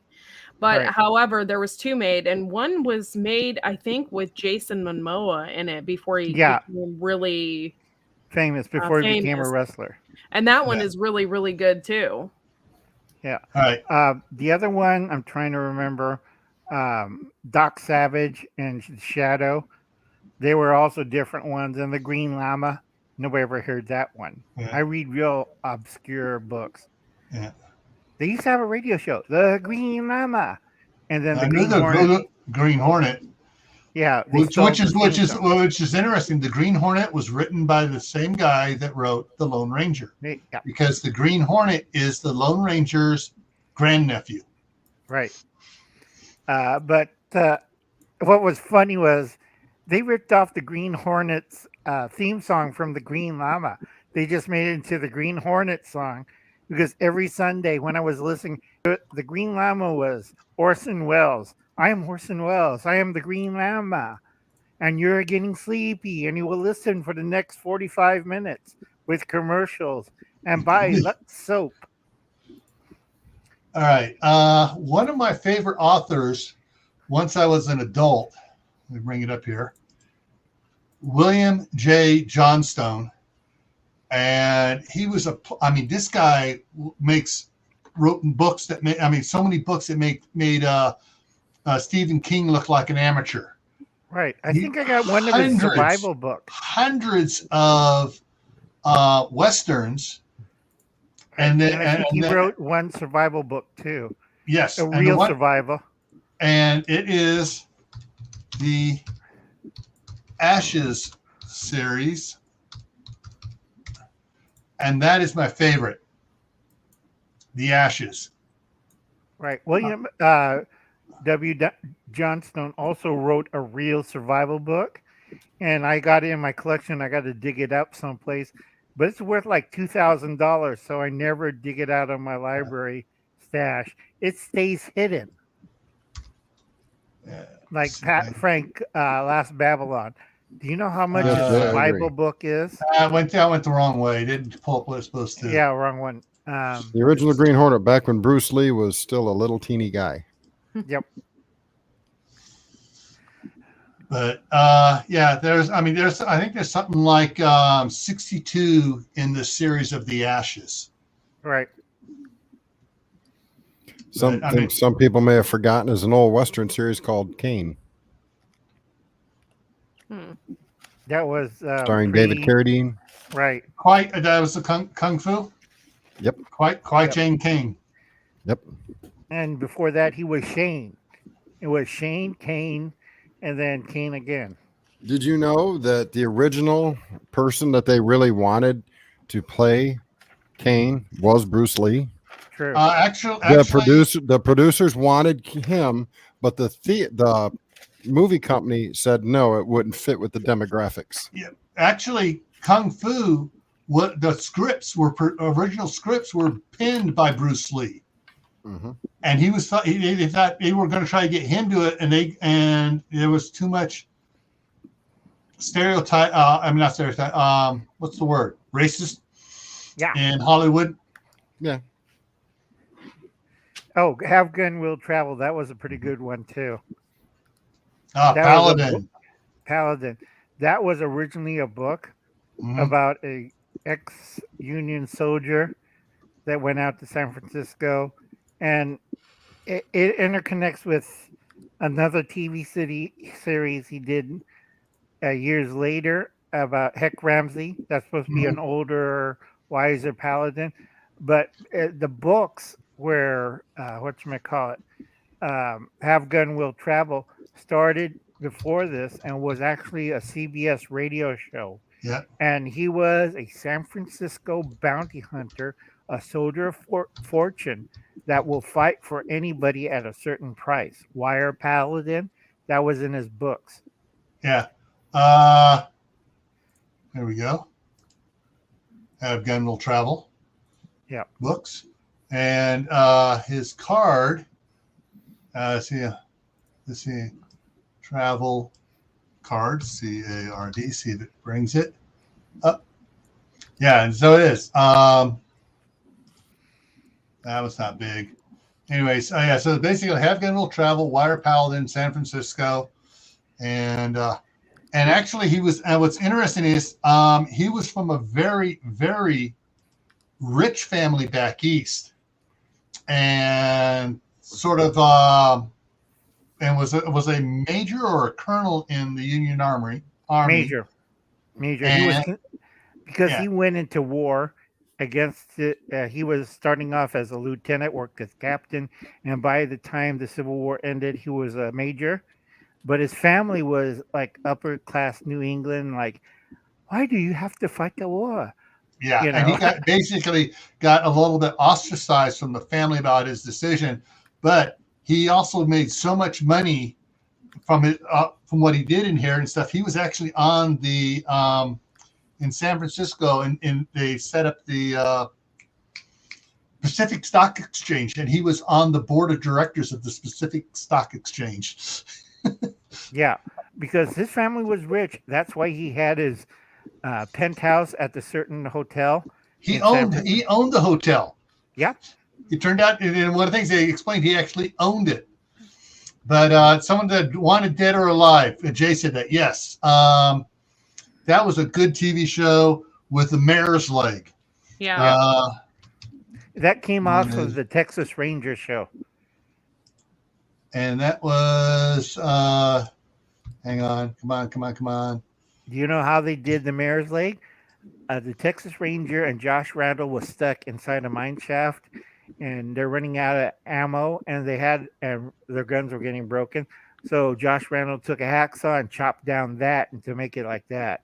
The 4570 cartridges were not real. It fired standard 440 blanks. Yeah.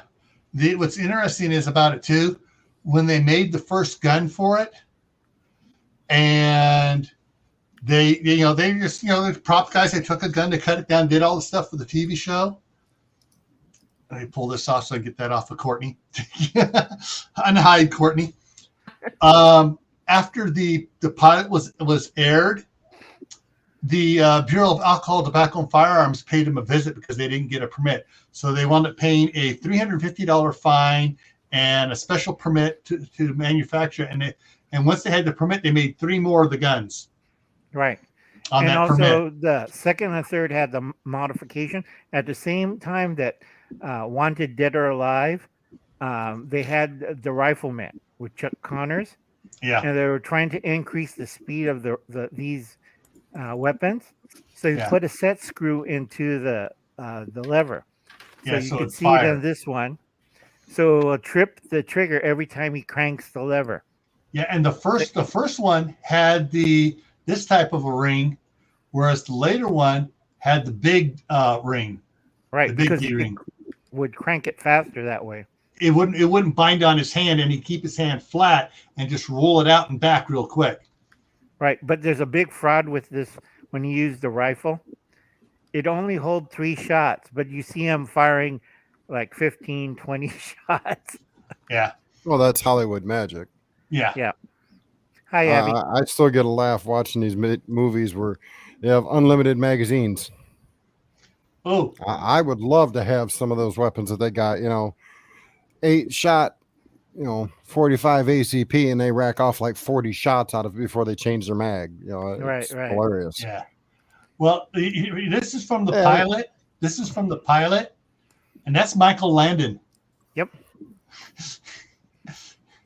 That's wow. That's crazy.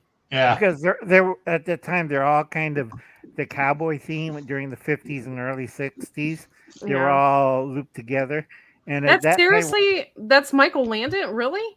Yeah, he just came off of the monster movie. I was a teenage Frankenstein. It was Just lost his name. He was the guest. Michael Landon was the guest star of it. Where is it? Also, Wagon Train. Yeah. Surprised y'all ain't talked about the Lone Ranger. Yeah. Well, then of course there is Gene Autry. Rawhide, which launched Clint Eastwood. Right. And then we got to follow Dave's suggestion on the Lone Ranger. Or And I have one that's so obscure that nobody ever seen it. nobody mentioned Gene Autry's shows yet either. Yeah, Gene Autry, the Cisco Kid, the Swedish guy as a cowboy. Black. But Roy Rogers and Dale Evans. These are all the shows I grew up as a little kid. I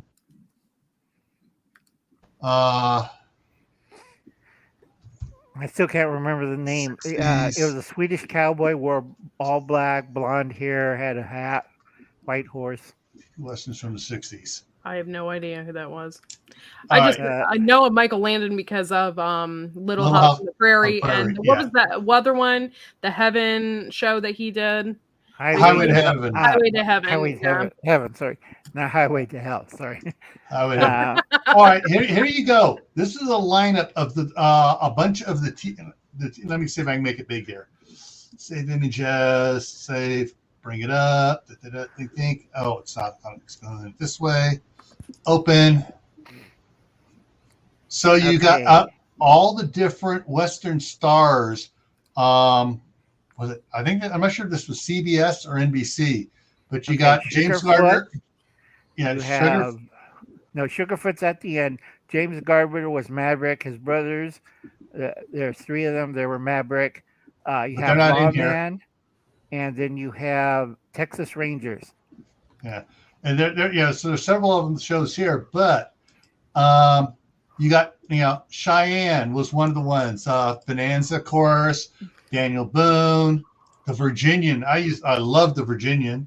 I was a huge Bonanza fan when I was younger. I loved watching that show. Yeah. And then I can't remember. But what's interesting is I'm not sure if I can do it. I'm probably going to get in trouble on this one here. All right. Let's see here. Does anybody remember the Rebel? Yes, the Rebel. They kind of got rid of it and hid it because it had the rebel flag and it was an ex-rebel soldier. Yeah, trying to make his way. And he used the illegal weapon, the sawed-off shotgun. There was on Amazon let's see if I can find it here, but it's still up here. And guess who sang the rebel song? A famous country singer before he got famous. Oh, wow. He was a real old country singer when he died, but Men in Black, not Merle Haggard, it's the other guy, Johnny Cash. Okay. Yeah. Oh, okay. My stuff, movies. See if I can find it here. Let's see if I find it here. Or did I take it out? It got removed. Dang it. Yeah. There was a lost episodes of a TV show that was on here, and they pulled it off. It was showing on the IBC, but basically John Wayne was the host of it. Came in as the guest host, and they had something like 50 of the 60s Western stars in it. And it was, they had Matt Dillon, James Arness's Matt Dillon. They had, it was just phenomenal. It was all these guys I grew up. Oh, Johnny Yuma, yeah. They even had the guy playing Johnny Yuma in there, and what's his name from Wagon Train. But yeah, they had all these guys in there, and then they had a bunch of the sidekicks running around too. Like Coop Gibson.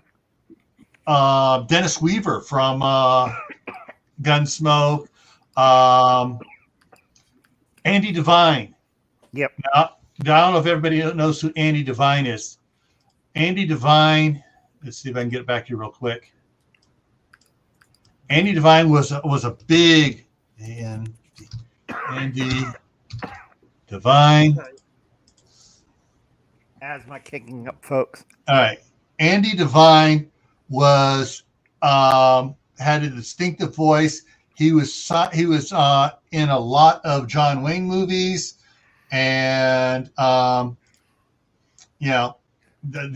Western. He was always the sidekick or the character in a lot. I mean, a lot of TV shows and movies. I mean, you want to talk about a list of. I mean, this guy worked, 16-hour days, 360 days a year. Right, Homestead. and he was also in the early Silence too. Because Yes. he's one of the original guys from Gopher Gulch.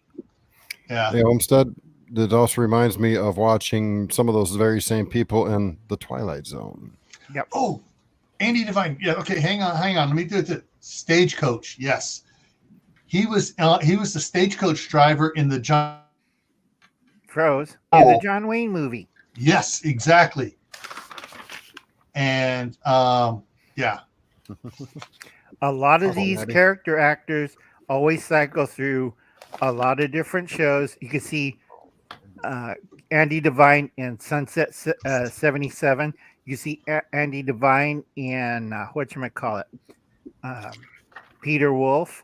You could see Andy Devine on whatchamacallit, my favorite jazz kind of hip kind of 1959. I can't think about it right now because I had a brain fart. Peter Gunn. Yeah, Peter Gunn. I remember that. Yep, sorry. Thank you. Trying to get it up here. It's supposed to be. Come on. Yes, and he was the marshal who shot Liberty Valance. Yeah. But people forget the only one that was real cowboys, because John Wayne wasn't a real cowboy. A real cowboy was whatchamacallit? Ben Johnson. Right, and the other was guy hired because he was a real cowboy. Right, and he was a lot skinnier back then too. Yeah. I kept trying to remember. It's a big Hollywood star. He rode to Hollywood. He got on his horse and he rode through the West from Ohio, and he went to Hollywood. And I can't think of his name. All right. Let's see if I can get this. I just watched one of his movies too. Randolph Scott. That was. Oh, yes. He's a real cowboy. Yeah. And he was in the cavalry in the army. That was before World War II. And I was old by World War II standards, but he was a cowboy. Paul Fix. Yes, Paul Fix was a character actor. Yeah. Tom Mix. Yep. Another one. Canary. And does everyone remember the star of Three's Company? Don Knutts? No, the star. John Ritter. Yeah, Tex Ritter's son. Tex Ritter. Yeah, Tex Ritter's son. He was a big cowboy actor. Right. And then whatchamacallit? Hopalong Cassidy. The only Swedish cowboy we had in history. Only on TV. Okay. Did you all hear what the lieutenant said? What are you trying to do? Scare somebody? If you'll take my advice, ma'am, you won't take this trip. My husband is with his troops in Dry Fork. If he's in danger, I want to be with him. All right, folks. Hey, Curly! There's why don't Andy you Devine. take the cuffs off the kid? He's mighty handy with a gun. You drive them horses. I'll take care of the kid. The man works all his life to get a hold of some money so that he can enjoy life, and has to run into a trap like this. These are all big stars at the time. You don't see any signs of them. They strike like rattlesnakes. You talk too much, Gator. Don't Who is that guy? The old dude. That was John. All right, hang on. Wait, go back a little bit. Because I'm going to go back to it. He That's was in the David Wizard of Oz. Carradine's father. John Carradine Jr. No. And John Carradine played Junior. number one son in the Charlie Chan movies. Right. The other guy that was speaking before that, the older man. Yes, dear. He was that guy. He looks like, I think he was in The Wizard of Oz. Yes. He's in several movies. Not sure if he was in The Wizard of Oz or not. I'm not sure. But could have been. Yeah, he played the wizard. Yeah, Rebel. He was a big Broadway guy, Take it easy, too. Gatewood. We may need that fight Look at before we that get to the baby ferry. face John You wouldn't be Wayne. much good enough fight, you jailbird. Oh, leave the kid alone. He's handcuffed. Ringo asked me to marry him. Is it wrong for a girl like me? But Men and women great love movie, each other, guys. I right? mean, yeah. Don't you know that boy's Yeah. That's another character actor. Yeah. Besides, if you two go in the Lordsburg together, he's got to know all about you. You didn't answer what I asked you last night. Yeah. There's a love story in that movie. Couple of calls. So let me pull back here. Actually, I want to this. He was a pianist. J.E. John Carradine Sr. was a pianist and taught his son. And then arthritis kicked in, and it ended as a career as a John Carradine as concert pianist. Yeah. It was a short career. It was like 1931. All right. So you had so John Carradine, the guy was looking like other one that was sitting on the floor and then talking to her later as Thomas Michael, very well known actor at the time, Andy Devine. And view all. Let's bring all of them And up. George Bancroft is a later stuntman and also famous Yes. cowboy actor too. The old guy, Donald Meek, was very big. Gatewood, that was the guy. Burton Right. Churchill. Right. And next to that is Tom Tyler. Yes. He was a cowboy too, real one. Real cowboy, and he played the bad guy in at the end of the movie. But yeah, I mean, it's just yeah. So this is kind of stuff I know Al grew up with this. I grew up with this. Dave, you probably grew up with most of these as well. Some of them. Some of them were watching them later on repeats. Hey, Homestead Aquarius, how are you going? Yeah. And yeah, man. I'm getting nostalgic here, guys. I'm getting melancholy. Thinking back to my childhood, it's like and what's funny is every now and then I've actually got a bunch of DVDs from these old shows that they made. I got them at Walmart for like $2 or something, a bunch of series together. And my youngest son actually, hey, can you bring that DVD set back? I want to watch that. And so the last trip I went and took some of the Westerns back there for him to watch, which is, to me is amazing. But yeah, that's right, Bob. Marion Michael Morrison is John Wayne the Duke. And actually, he got the name the Duke from his dog.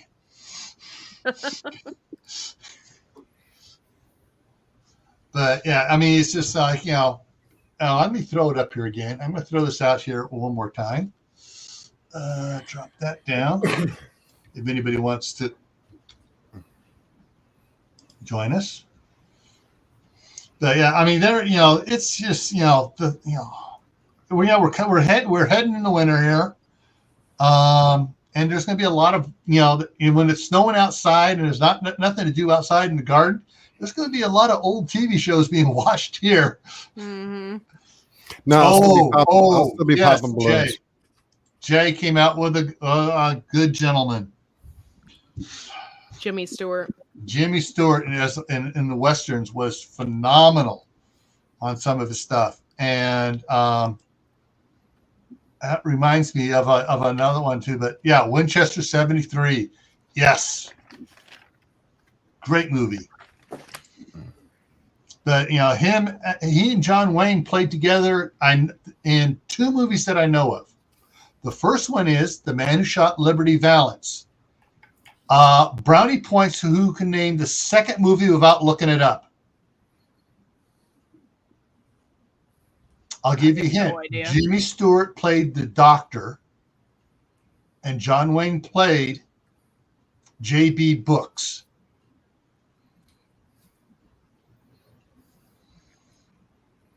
And the movie is The Shootist with Ron Howard. Oh, okay. And yes, Jimmy Stewart was a combat pilot. Hey, Bob. There's Bob. Hola. Hey, honey. And what I thought was so great about a Jimmy Stewart movie was the one where he was playing Lindbergh, because he was a pilot and he knew Lindbergh. Yeah, he was a bomber pilot in World War II, and he stayed in the Air Reserves for years, and he retired as a one-star general, I think. I think Something so. like that. Yeah. Do you know the movies I really enjoyed was with John Wayne and Victor McLaughlin? They starred in several where they were like cavalry. You know, Yes, she wore a yellow ribbon. The three cavalry ones, but the best one with those two, the best one, hands down. They were best friends, as I understand. They were longtime friends. Yeah. Have breaking news. Breaking news. No, it could be serious breaking news. And to all the ships at sea. Actually, it concerns something at sea. Uh-oh. USS Connecticut, which is a nuclear submarine, suffers a collision in the South China Sea by an unknown object. Over a dozen sailors have been injured. That sucks. Yeah. Yeah, and considering where it's at, it could be something very nefarious. Could be. Good news is Japan puts out its first aircraft carrier in 76 years. Good. We're getting another one next year. The Japanese moved a lot of their Air Force out of Japan and moved it to Guam and Taiwan. There's a lot in Guam too. Yep. And there's building a joint operation base between Australia, New Zealand, and the U.S. in the U.S.-held Palau Islands. The Quiet Man. Oh, there you go. John Wayne, Maureen O'Hara, and I forgot his name again. You just said it. Victor McLaughlin. Yes. Mm-hmm. And they were also in Rio Grande together. Mm-hmm. And did McLaughlin, did Victor show, was he in McClintock?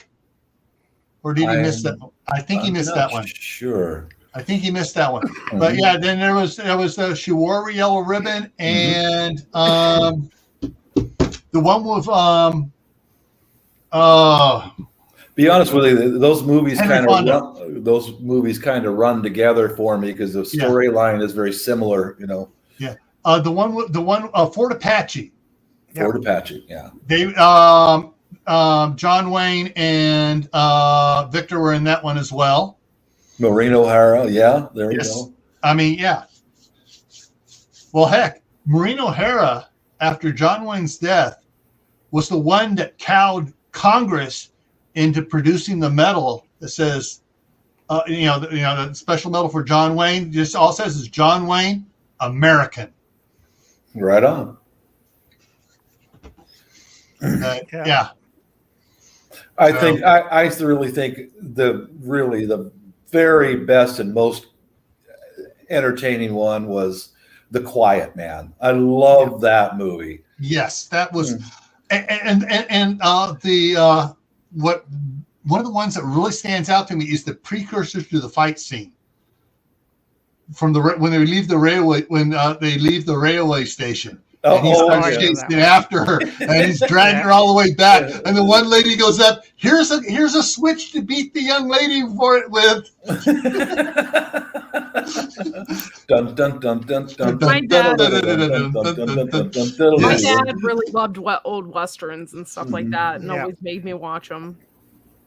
Okay, folks, it's getting close to 8 o'clock, and it's a Thursday night. I have to take care of my mom. So Okay. nice seeing you, Bob. Nice seeing you, Courtney. You too, Nice guys. seeing you. All right. Peace, Have a good peace night. up. Night, Be careful. night, All right. Dave. Okay. Bye. See you later, Al. Here is some movies that it's more modern. It's a non-Hollywood produced. It's a separate company. I just lost his name. That played Hercules, The Legendary Journeys. And Xena. Anyway, he was in Xena as Hercules. Trying to remember the actor's name. Kevin Sorbo. Okay, he's one of the producers on this. Oh. All right, and he stars in it. He stars in it too.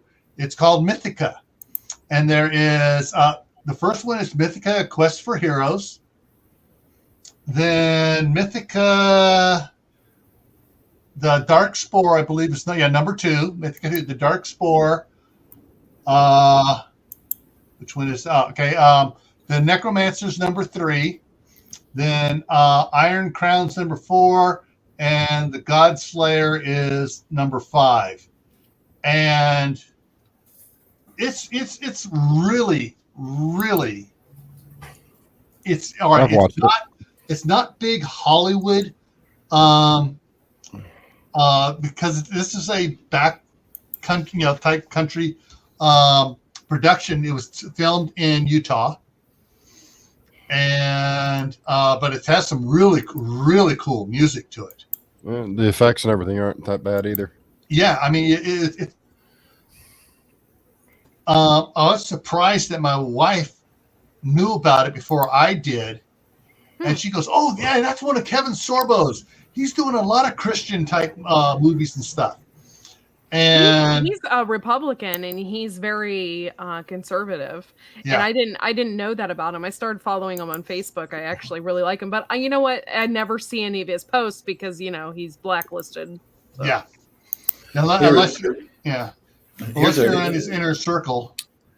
Here's a picture of one of the old time actors. Remember him? Oh yes, Slim Pickens. Slim Pickens. He was a rodeo cowboy. He was a rodeo cowboy. Rides the bomb, baby. Ride the bomb. Yeah. How I learned to love Dr. Strangelove, and how I learned to love the bomb. Yeah. That's still one of my favorite movie scenes. Whoa! He rides it like a bull right down onto the Rooskies. Yeah.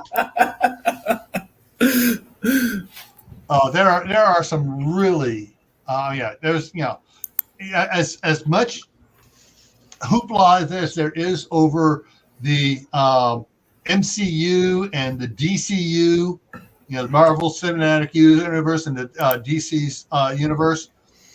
It's some of these old ones are really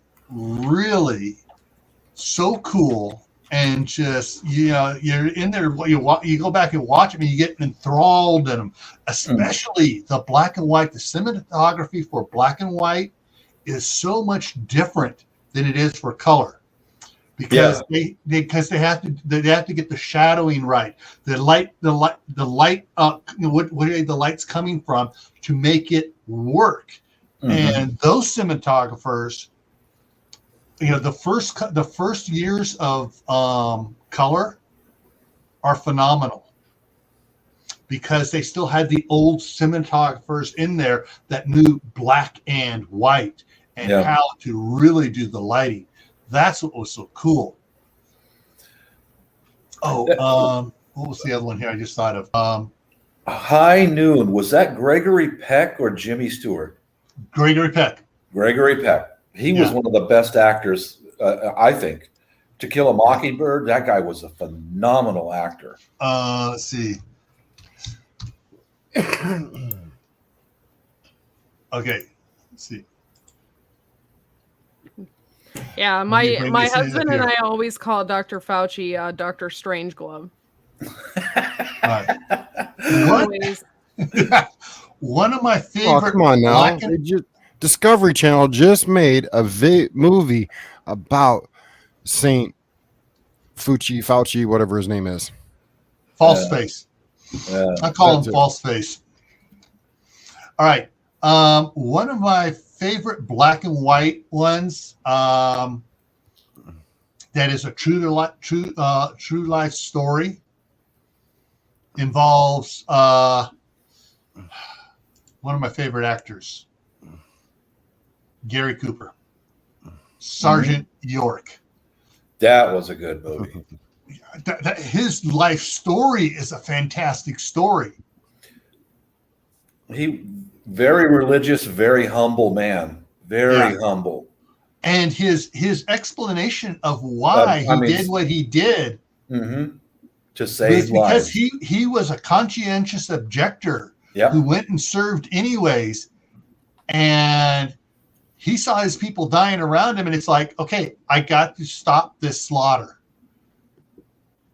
And being someone who could shoot like no one else could, you know, was just absolutely fabulous. I mean, you know, the you know, when he's up there and he's, you know, you see, you know, he did such a great job of portraying the hesitancy, the I don't want to do this, but I have to do this. Yeah. It was just absolutely fabulous. I've watched a few things on YouTube about him after the war, and he Sergeant York was a very humble man. He accepted the gift that they bought for him of some land and a house.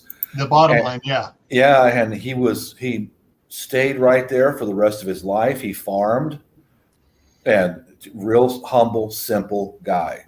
You know? Yeah, I mean, this picture here, let me get it big here for you guys.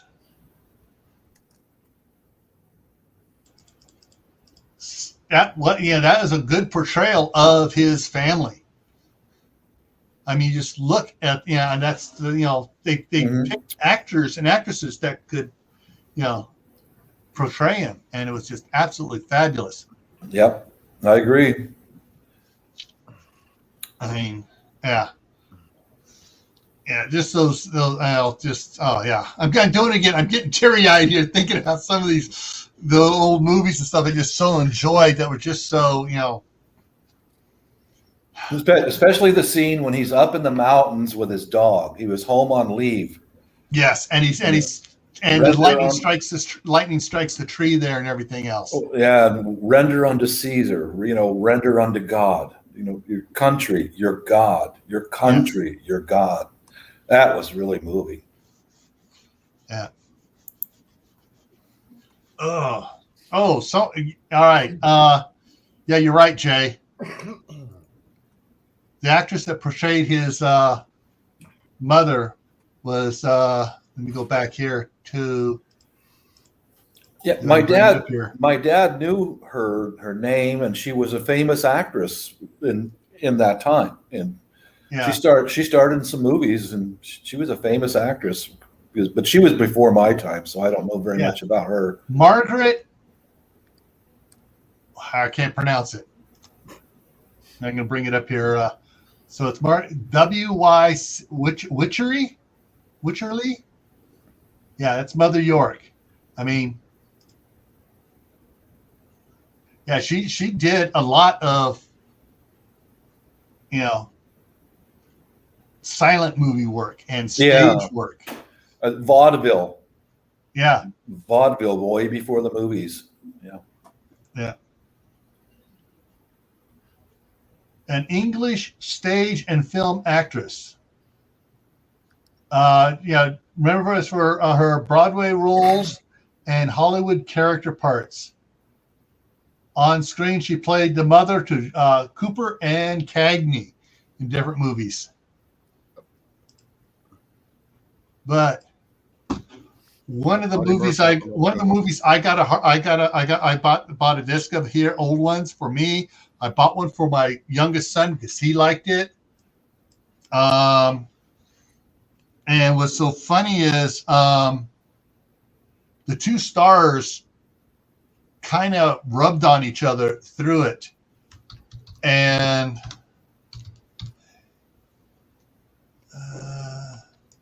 I can bring it up here. Yeah.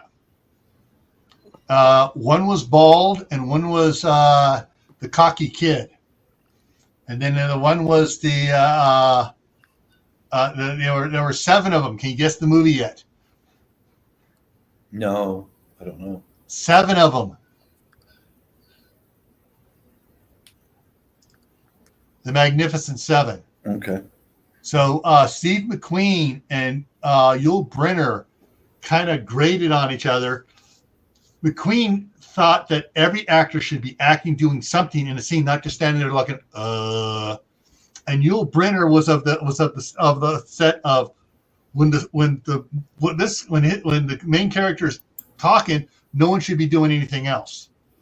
And Yul Brynner got pissed at Steve McQueen one time when he was talking at the beginning, and Steve McQueen had his hat up and was playing with the brim of his cowboy hat.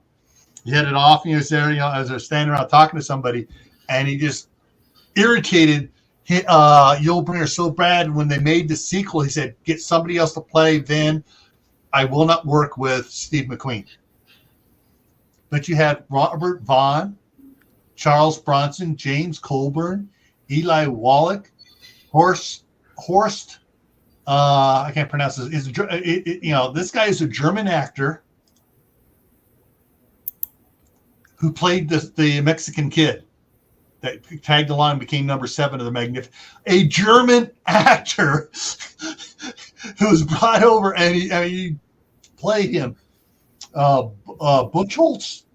But yeah, they so many people in it, and the old man in it. This guy, there he is, the old man, another very famous actor, a Russian American actor from stage, from the stage and stuff. Studied theater in Moscow, and then came over, United States in the Revolution. I mean, this guy here, if you see his face, you recognize him from a lot of movies he was in. I bet nobody knows him today. Nobody knows him, but he was back in the day. He was, if you got him even in your movie, it was a coup.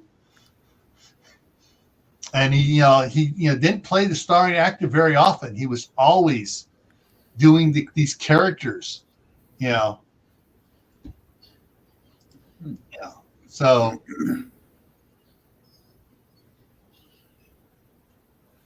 I mean, Gary Cooper working with him. I mean, it doesn't look like the same guy, does it? Mm-mm. No. But yeah, he was one of those actors that could do just about anything. And we don't have people like that nowadays. One thing that does rub me wrong on the old movies is like having a Russian guy playing a Mexican. If you're going to take the time to make a movie, for crying out loud, have them a Latino actor. Yeah. For crying out loud. Yeah, I understand that, but I guess this guy played just practically every nationality out there. He was so good, and this was one of his last film performances. Yeah. A more recent movie that I've enjoyed because they've got the people correct was Los Últimos de Filipinas, the last Spanish soldiers left in the Philippines in 1898. And all the Spaniards were Spaniards, European Spaniards, and all the Filipinos were Filipinos. So I like that because it shows exactly who these people were, especially when a Spaniard talks in comparison to a Latino. There is a world of difference. Well, guys, I'm sorry, but I'm going to have to get off of here. There's something I do. So. Okay. Thanks for coming up, Courtney. Yep. I love you guys. See you later. Later, Courtney. Bye. Peace. Okay. Speaking of Kirk Douglas, it made me think of someone else here. Let me get up here. And this is so funny is this character, when he played some really great movies, but as he's a very physical actor, born in 1913, he died in 1994 at 80 years old.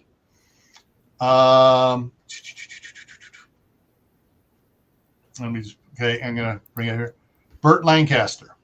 Oh yeah. Did you know I can't remember the name of the movie where he was on the trapeze. he was actually an acrobat?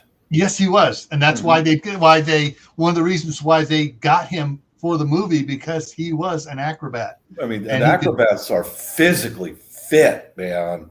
Yeah, and he actually worked the trapeze, in his youth, and I can't think of what the name of that movie is. Was it called Trapeze? Yeah, Trapeze. It was the name of the movie. It was Trapeze. 1956, the year before I was born. I mean, it's it's so strange. I love all these movies from when I was a little kid that I never saw in the movie theater, that later on when they came on TV, I just, because these movies were so great. Sweet Smell of Success, The Rainmaker, Katharine Hepburn and him in The Rainmaker. Gunfight at OK Corral. Yeah, he had a long career. This one, I even remember the song for this one. Gunfight,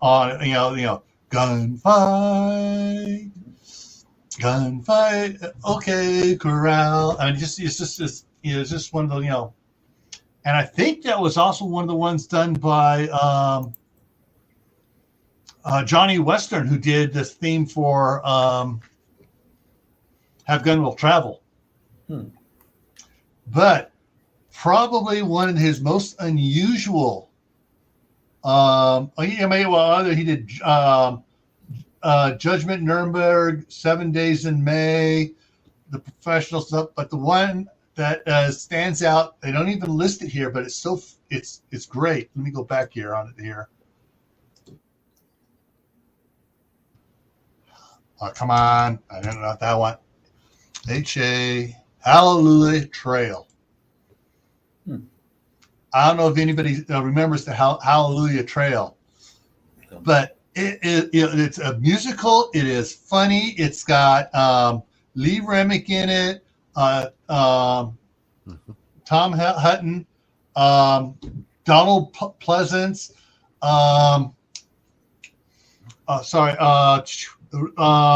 Mission Impossible. James Arnett's brother from Mission Impossible. Desi? Huh? Desi Arness? No. Went by a different last name. Shoot. Let me just go here. Let me go here. Let me do a setup this way here. Back, Hallelujah Trail, cast. Right there. In the middle here. Martin Landau. James Arness's brother. I mean, practically everybody in it, you got a lot of real Indians in here, but a lot of these people, big name stars in a comedy musical. Oh, see, I'm more of this type that likes the good old fashioned war movies. Yeah. I mean, like my history, so. I look at this and I see 4 guys here that I recognize that were from a lot of movies. This one's, I can't see the one playing the sergeant here. I mean, he went on to do a lot of big movies and stuff. But there is a lot of, even the one Indian here is an Indian actor, but he was only in it for this one scene. But it was just a lot of stuff in it, just absolutely funny. Oh, and of course, Brian Keith was in it too. I am a Republican and a taxpayer. Yeah. Here's a good movie if you like historical. Historical movies. I enjoy this movie because I got ties to the Philippines, of course. But let's see. Here's the name of the movie. It's on Netflix from time to time. It's accurate. It's a true story about the last of the Spanish Empire, the very last, Los Últimos de Filipinas. Very good movie. All the actors are Spaniards, and the other actors are Filipinos. It's a true story. It's like that was the last of the Spanish Empire. They were the last 50 that were left behind. The Spanish sold Puerto Rico. They sold Cuba and the Philippines. The Spanish royals sold those islands for, I think it was $8 million US, and the Spaniards left their soldiers behind. Can you believe that? It's a true story. It's worth checking out. That's why we fought so hard to keep the royals out of the New World as much as we could. Okay. Here's an actor for you. And I love his real life movie. He was underage when he enlisted in the Army. He was the most decorated soldier. I believe he was the most decorated soldier for the short time he was in World War II. Audie Murphy? Yes. Mm-hmm. I mean, he's still a baby-faced kid when he got out when he was booted out of the military. Yeah. Of his injury. Mm-hmm. I mean, look at all those medals. Yeah. He was another one like Alvin York. He hit what he shot at. And not only that, he kept on getting pushed into the position of leadership, and he was being made an officer when he got the shrapnel from the grenade. Yeah, field commission. And that did not happen very often in World War II.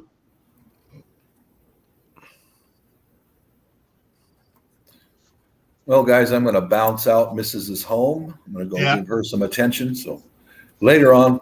Well, she's actually there. You can't tease her about your girlfriend, huh? Oh no, she sent me a text today. She said, "Hon, I'll be home early, so make sure the girlfriends leave before I come home." All right, later, guys. All righty. So let me go ahead and drop this down. But yeah, I mean, when I watch Audie Murphy movies, I mean, it's just like, amazing the stuff he did. And let's see here. I'm going to go ahead, and if there's anybody else out there that wants to come up and join us for a little bit, there's the link.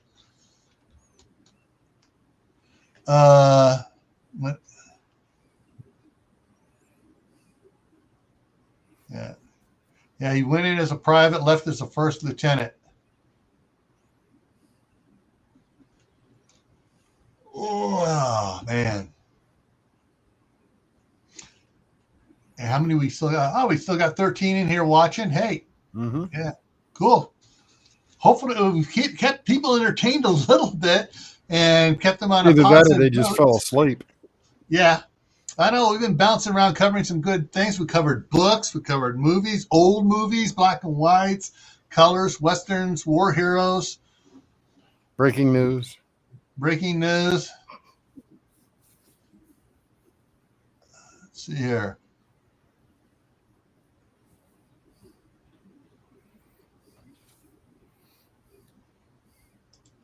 Now that I did not know. I would, but I find that very easy to believe. A lot of the actors from that were in World War II. Okay. Military pop quiz here, folks. A Marine. Military pop quiz. A Marine that went on to become a television personality in a role you would not expect a Marine to be in. Don't answer it, Dave, because I know you know it. Yeah, I'm gonna go get my snack. I'll be right back. So everyone out there in the side chat there, think of a Marine who went on to become a television figure, and it was a role you would not expect of a Marine. Give you a couple more seconds here for someone trying to think of. Everyone's going to type in Marine that went on to television. I'll give you a hint. A kids show. Before I go get my snack, I want to remind everybody of one other person.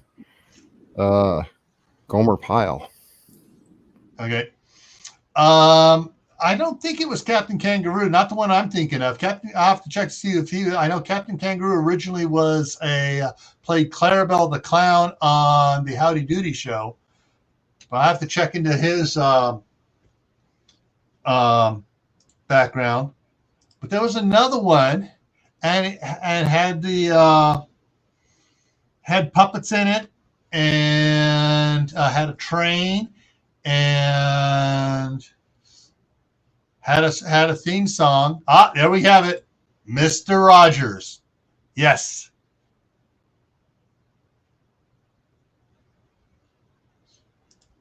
And let me check out. Let me look into Captain Kangaroo here.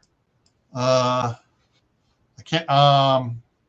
I can't think of his real name. Give me a second here.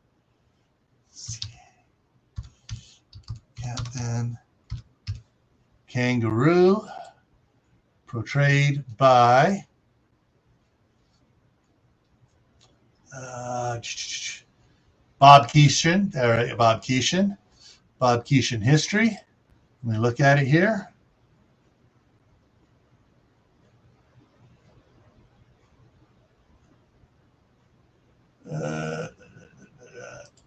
Okay. Yeah, he was a Marine Corps too. Yeah. Bob Keeshan, using the GI Bill, he received his bachelor's degree education in 1951.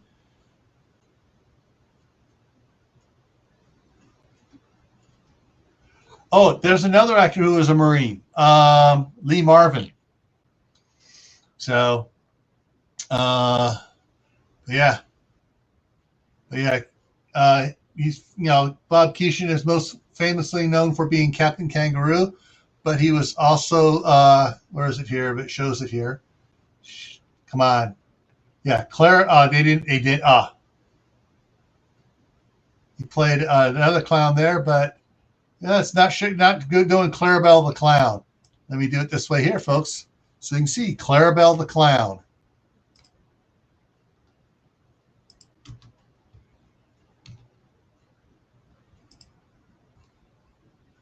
Images. And so there he is, Clarabelle the Clown on Howdy Doody is Bob Keeshan, Captain Kangaroo.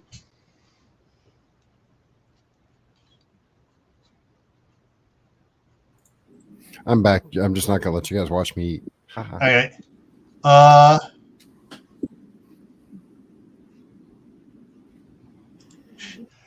Yeah, and that's why snipers have learned to keep their butts down.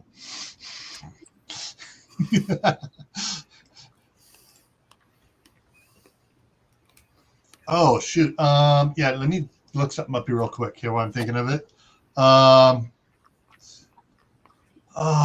Just lost it.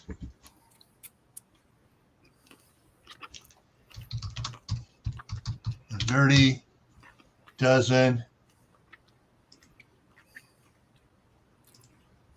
cast, C-A-S-T. Okay, yeah. You look at the cast for the Dirty Dozen. Let me pull it over here. I mean, you're looking at a red carpet walk at the Oscars.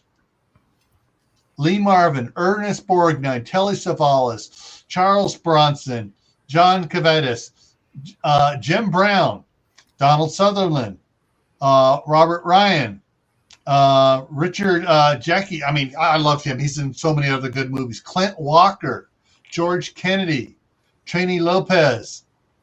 I mean, when Hollywood did a good movie like The Dirty Dozen, they pulled out the stops for actors getting in there. Even the small part ones later on, or ones that later on became big actors.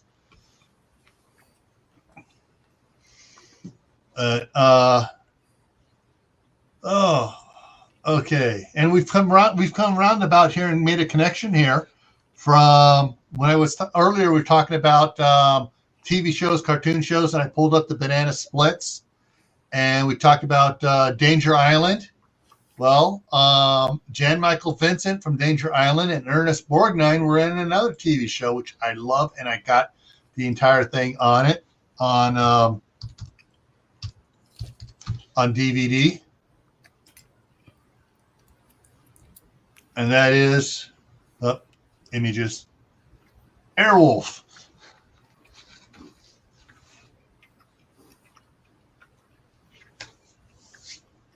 Yeah. It was a decent show back in its day. Yeah, it was. I mean, and the sad thing about when I'm looking into it, the helicopter that they used for it, afterwards they stripped the prosthetics off of it. It went back and went over to Europe and was used as a rescue helicopter, and it crashed in a snowstorm. But yeah, it's I mean, I love that helicopter. In fact, the first car that I bought was a T-Bird, was painted that way already when I saw it in the dealership, and I got it because of the paint job. Oh, bad boy. I was torn between it and a 3/4 ton pickup, and I saw that and I go, oh, I'm getting it. Hey, Mama J, how's it going? But yeah, hey, I'm gonna get dinged here. I'm gonna go back here to. Shame on you. I'm gonna get dinged. I don't care.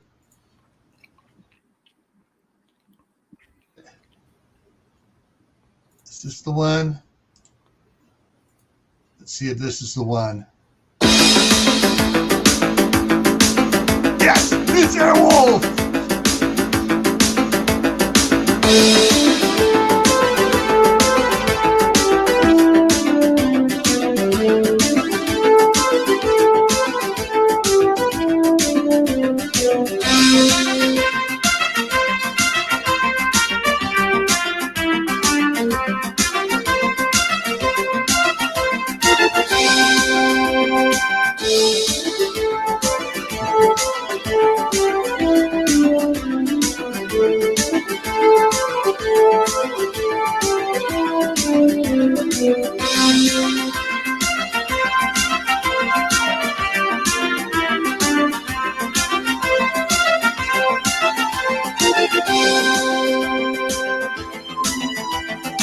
I just wanted the base they flew that out of. Huh? I just wanted the base they flew that out of. Yeah. That was I'm not sure if it was actually in Utah or northern Arizona.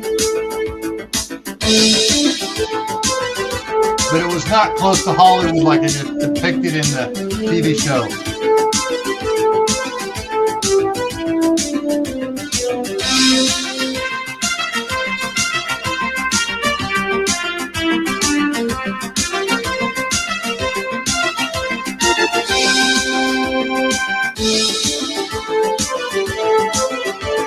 I remember the episode when they brought her into the show. Turn the sound down a little bit so I can hear you. Yeah, I mean, it's some of the cinematography they did on this and everything's I just loved it. Special effects on the weapons on it was really cool. And I would have really loved was his cabin up there where the dog was at. Mm-hmm. Oh, yeah, that lake where the eagles flying by all the time. Yeah.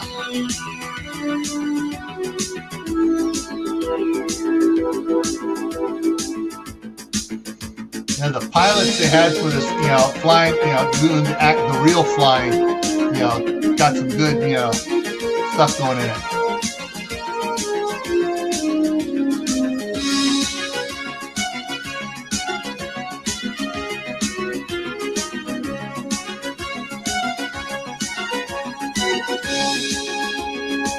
Yeah, this video will never be monetized. If I ever get the 1,000 subscribers, for this channel, this video will never even go up as being monetized. Oh well, can't win them all. Yeah, but hey, this is just a good fun video chat night tonight. All right, we're coming into the desert stuff here now. Into Libya. There you go. Flying over a terrain like that is very hard for that close to it is very hard for a helicopter because it wants to go with the stuff.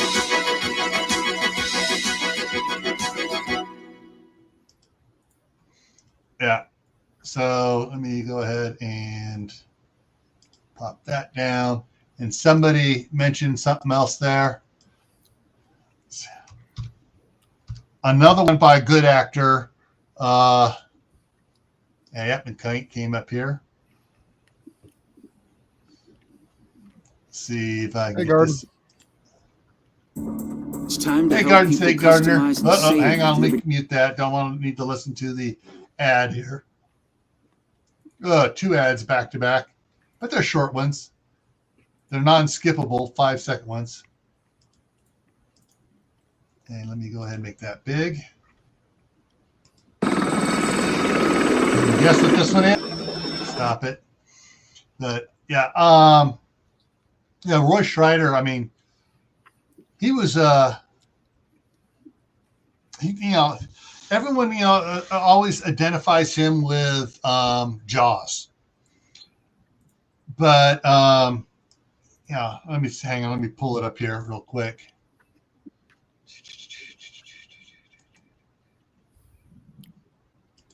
Google search, throw it in there,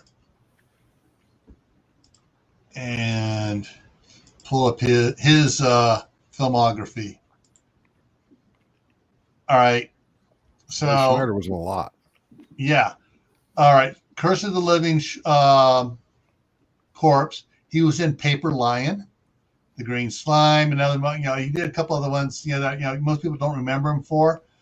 French Connection. He was in Clute, French Connection, French Conspiracy, The 7-Ups. And then Jaws was in 1975, the year I graduated, was his big one.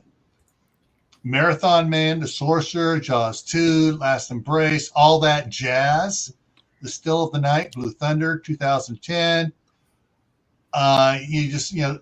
52 Pickup, Jaws the Revenge, Cohen and Tate, The Fourth War, Russia House, Romeo's Bleeding, The Rage, The Peacekeeper.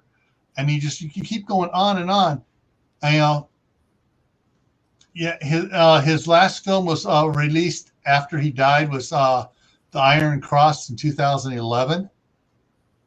And he was on some documentaries here and in television. You look at television, what he did in television. Boom. There was a lot of television work besides film work. So, yeah. Yeah, so people say that Roy was a maverick. Well, you look at he wouldn't allow himself to be keyholed into any one type character.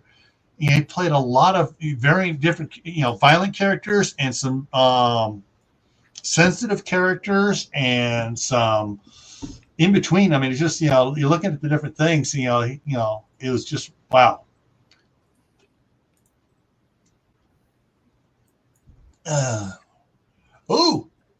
All right, trivia.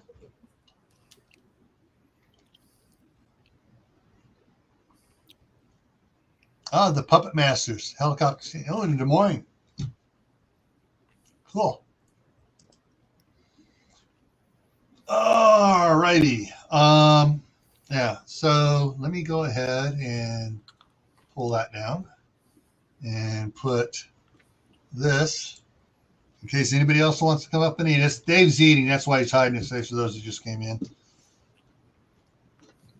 So there's the link if anybody wants to come up here and join us for a little bit longer here.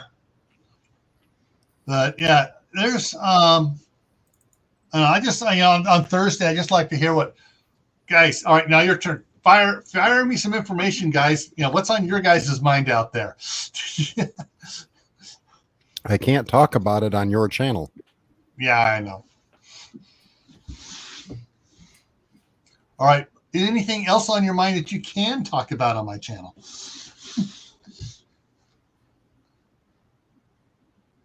Yeah, the answer is 99.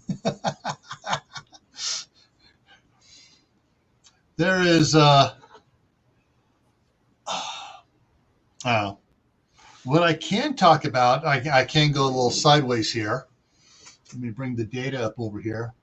Good news for some people out here. Wednesday's the middle of the week. Froze here for a second. Wednesday's a kind of a good measuring number for me right now, the way that things are going with a certain red dragon. Yesterday, I'll just give you so there's 427,000 over the last 4 days. Actually, so let me go back to individual days here. Let me pick individual days. So it's 137,000 on Wednesday. The Wednesday before was 144,000. The Wednesday before that was 162,000. The Wednesday before that was 191,000. 190,000 the Wednesday before that, and then down. So we had a hump there at the beginning, and it down into 180s, and it stayed in that for a while. Then finally dropped. We have to go all the way back into the 1st of August, where it was down to 124. So during August and September, we had a spike, and then everything's coming back down again through actually through August and the first week of September. But Blaine. Hey, Blaine's. So yeah, as far as the goes, the overall percentage is coming down. However, the numbers should be coming down a lot more, because I've noticed here in Idaho, certain people that are in the bureaucracies of different counties are faking the numbers. And you want to know why I'm saying that they're faking the numbers? Because, all right, example here.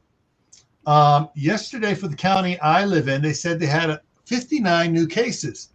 Well, of those 59 new cases, 35, which is a little over about almost 2/3, are probables. They're not confirmed. We just think they might be.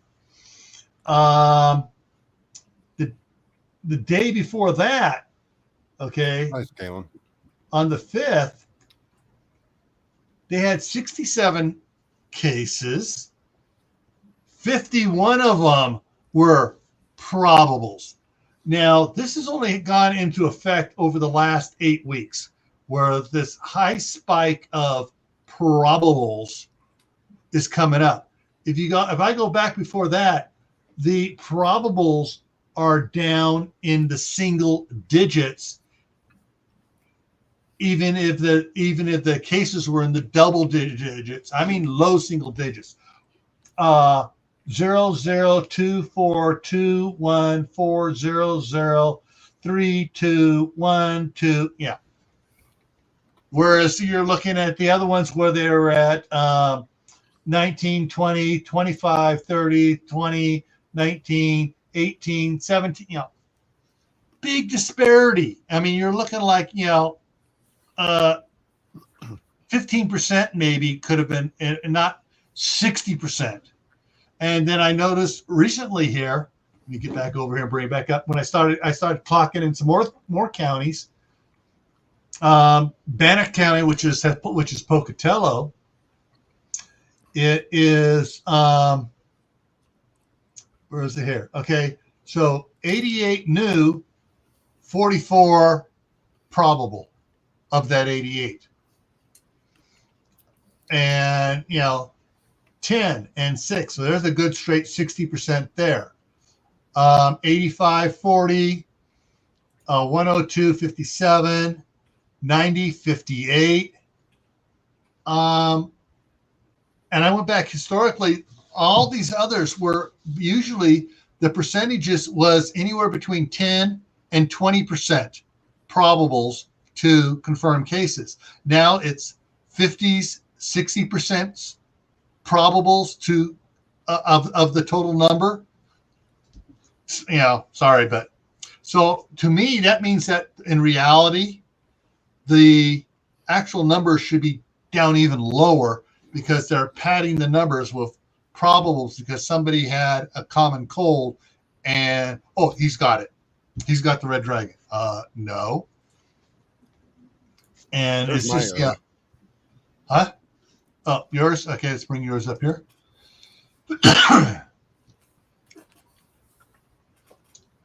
Yeah. And trying to read that, the low spot, where was that low spot there? Was that? Yeah, right there. That was, because that's around July. And then the high spike to the right,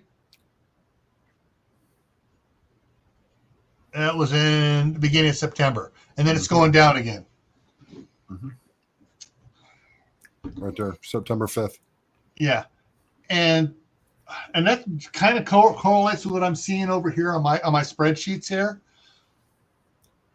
But then the fact that you have a sudden spike in August of probables compared to confirmed tests tells me, and it's the same thing happened was happening in California too.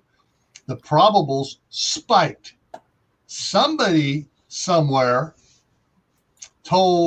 sent message downstream from DC, it's the CDC probably, down to local counties and stuff saying, hey, you're not counting everybody you should be. You need to be counting more, or you're not going to get any money. That's probably what they said.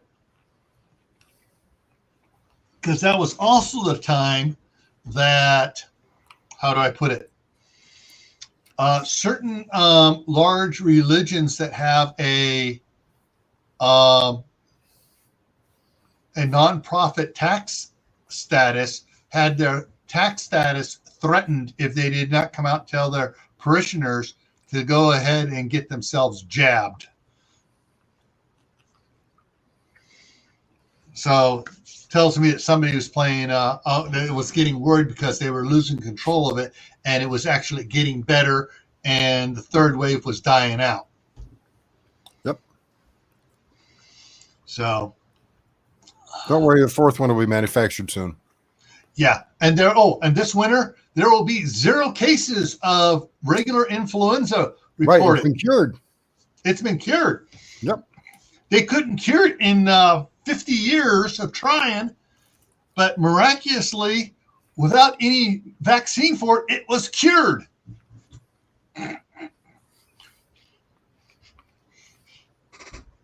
So I don't care. This particular episode will never ever be monetized. I don't have to worry about it. Yeah. And no one's going to go back and watch it. It's probably going to take me another 9 to 12 months to get monetized on this channel. So I'm not really worried about that here. This is just where I can put stuff that I can protect Camppatton Family Compound. I can report the truth over here without losing all my family-friendly videos over there. Mm-hmm. But anyways, so that's all that was on my under my skin here lately.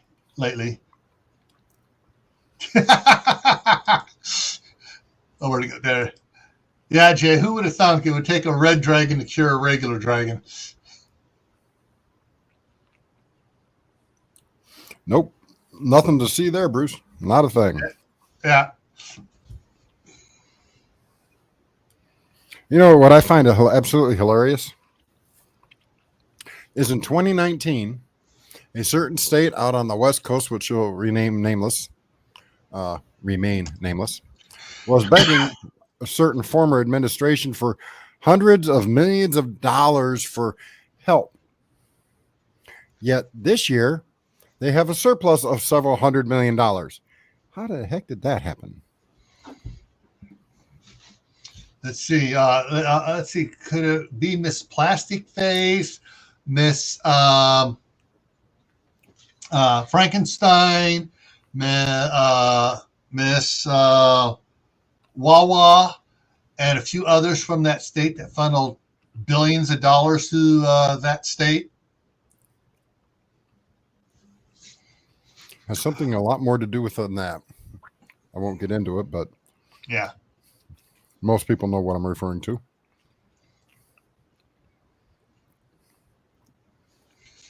Oh, what else here was ticking me off this week? Weather. Yeah, we're supposed to be getting snow next week. Ha. Yeah. Actually, we pulled the other one up here. What I find hilarious for this last week was Facebook and Instagram going down, and people were flipping out, freaking out, and going absolutely stir crazy nuts. Yeah. What was hanging? What was it like? Okay, that's right. May have, Jay. We would have never known.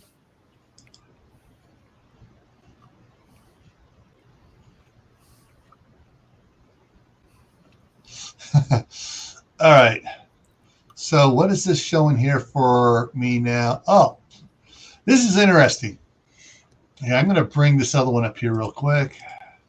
Get this. I got to get a comparison for you guys. You guys are going to think this is kind of funny. At least I hope you think this is funny. Oh. Okay. All right. So we got. All right. So this is weather.com. Wrong button. Sorry. Come on. Add there. There we go. Add it back. Weather.com. So we got thunderstorms tomorrow, Saturday, rain, sunny mostly. Monday, it says showers. Mostly cloudy on Tuesday, mostly cloudy on Wednesday. Let me expand these, see if there's anything else in there. It's hidden. A chance of snow, 50% Monday night. But they didn't put it on the big part. Tuesday, no snow listed on Tuesday. No snow listed on Wednesday.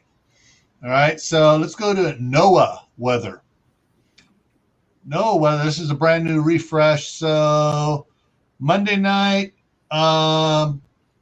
rain and snow showers likely between 9 p.m. and 3 a.m. Snow showers then after 3 a.m.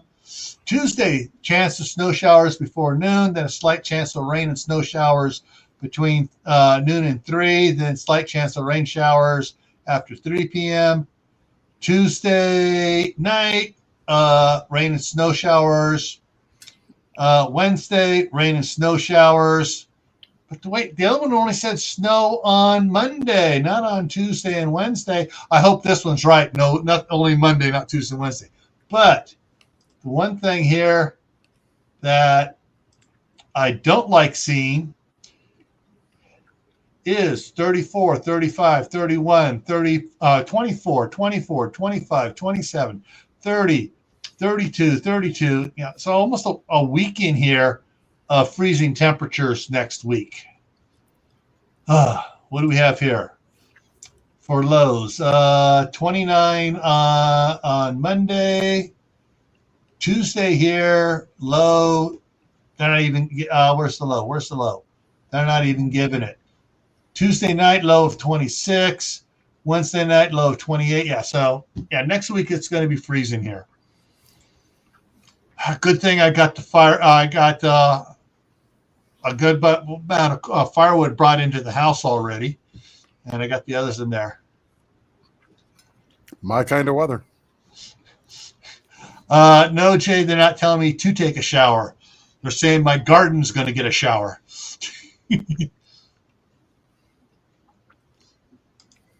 Okay, I only have one response to this.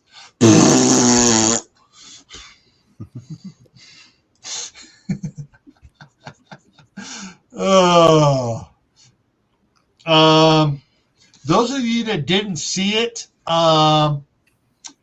Backwoods Law was on Gardner Josh's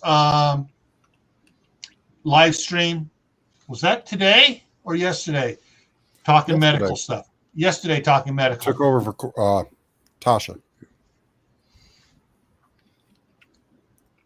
And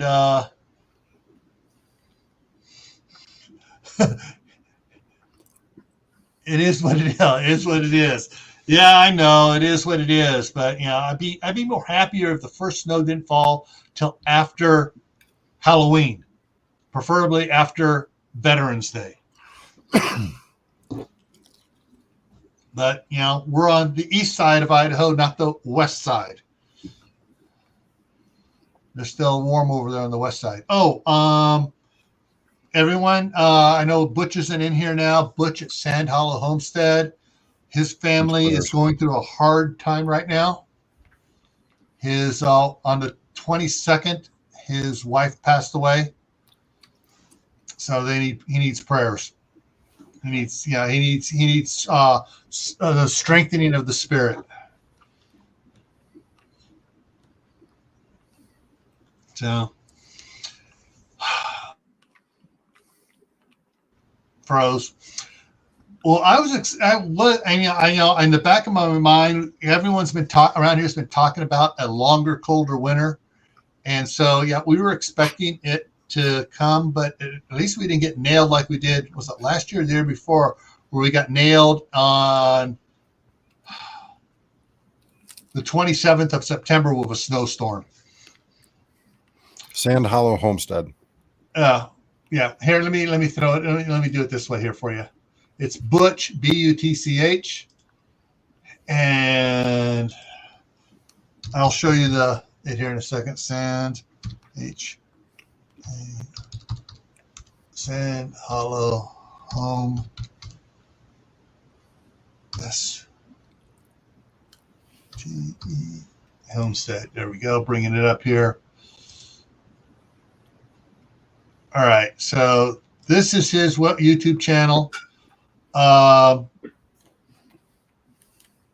Yeah, he's over by on western Idaho, a little bit north of Nampa. I can't remember the name of where he's at over there. And so, yeah.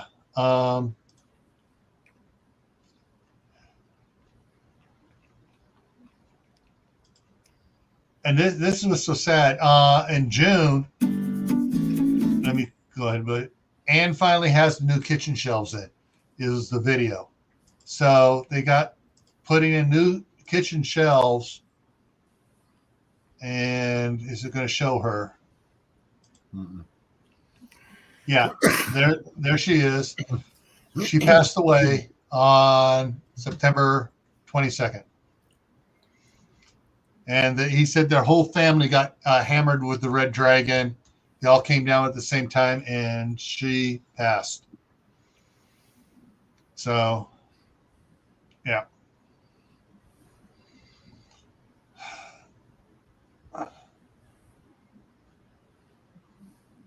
Oh, it is. Actually, it is with an O. Kaylin, it is. Yeah, I spelled it wrong up above. So, let me go back to the home page here. Yeah, Sand Hollow Homestead. That's Butch.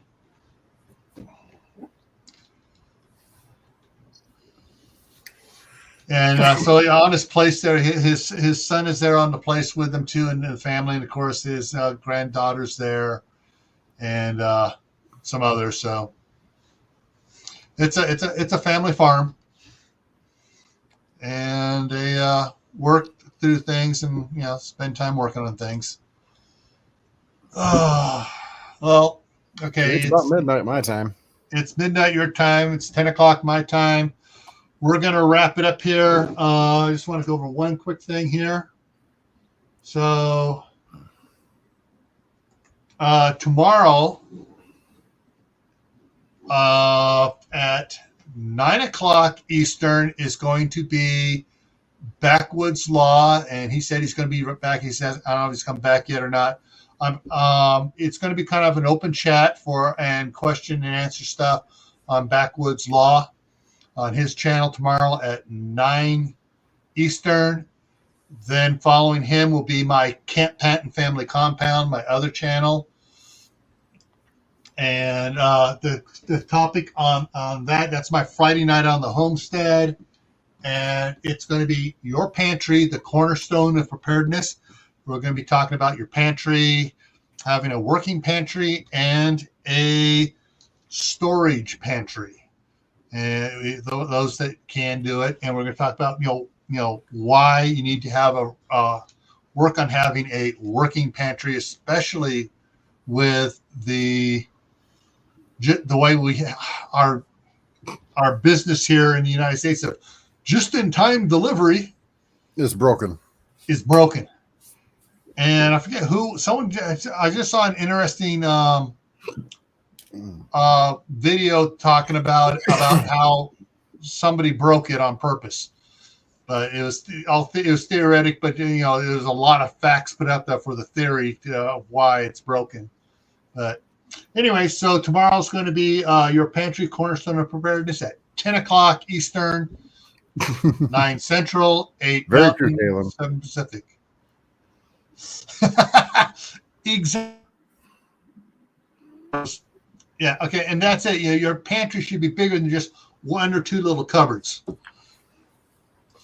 All right. So we'll see you all later. And everyone, thanks for coming by, spending some time with us, talking about movies, books, and other fun stuff as well. Had to end it on a downer. Sorry. I mean, just seeing how something was just that happens. Nagging at me. I just had to get that little bug off my chest. But hey, we'll be more happy tomorrow, I think. And so everyone, stay happy, stay safe, keep on prepping, and we'll see you tomorrow night.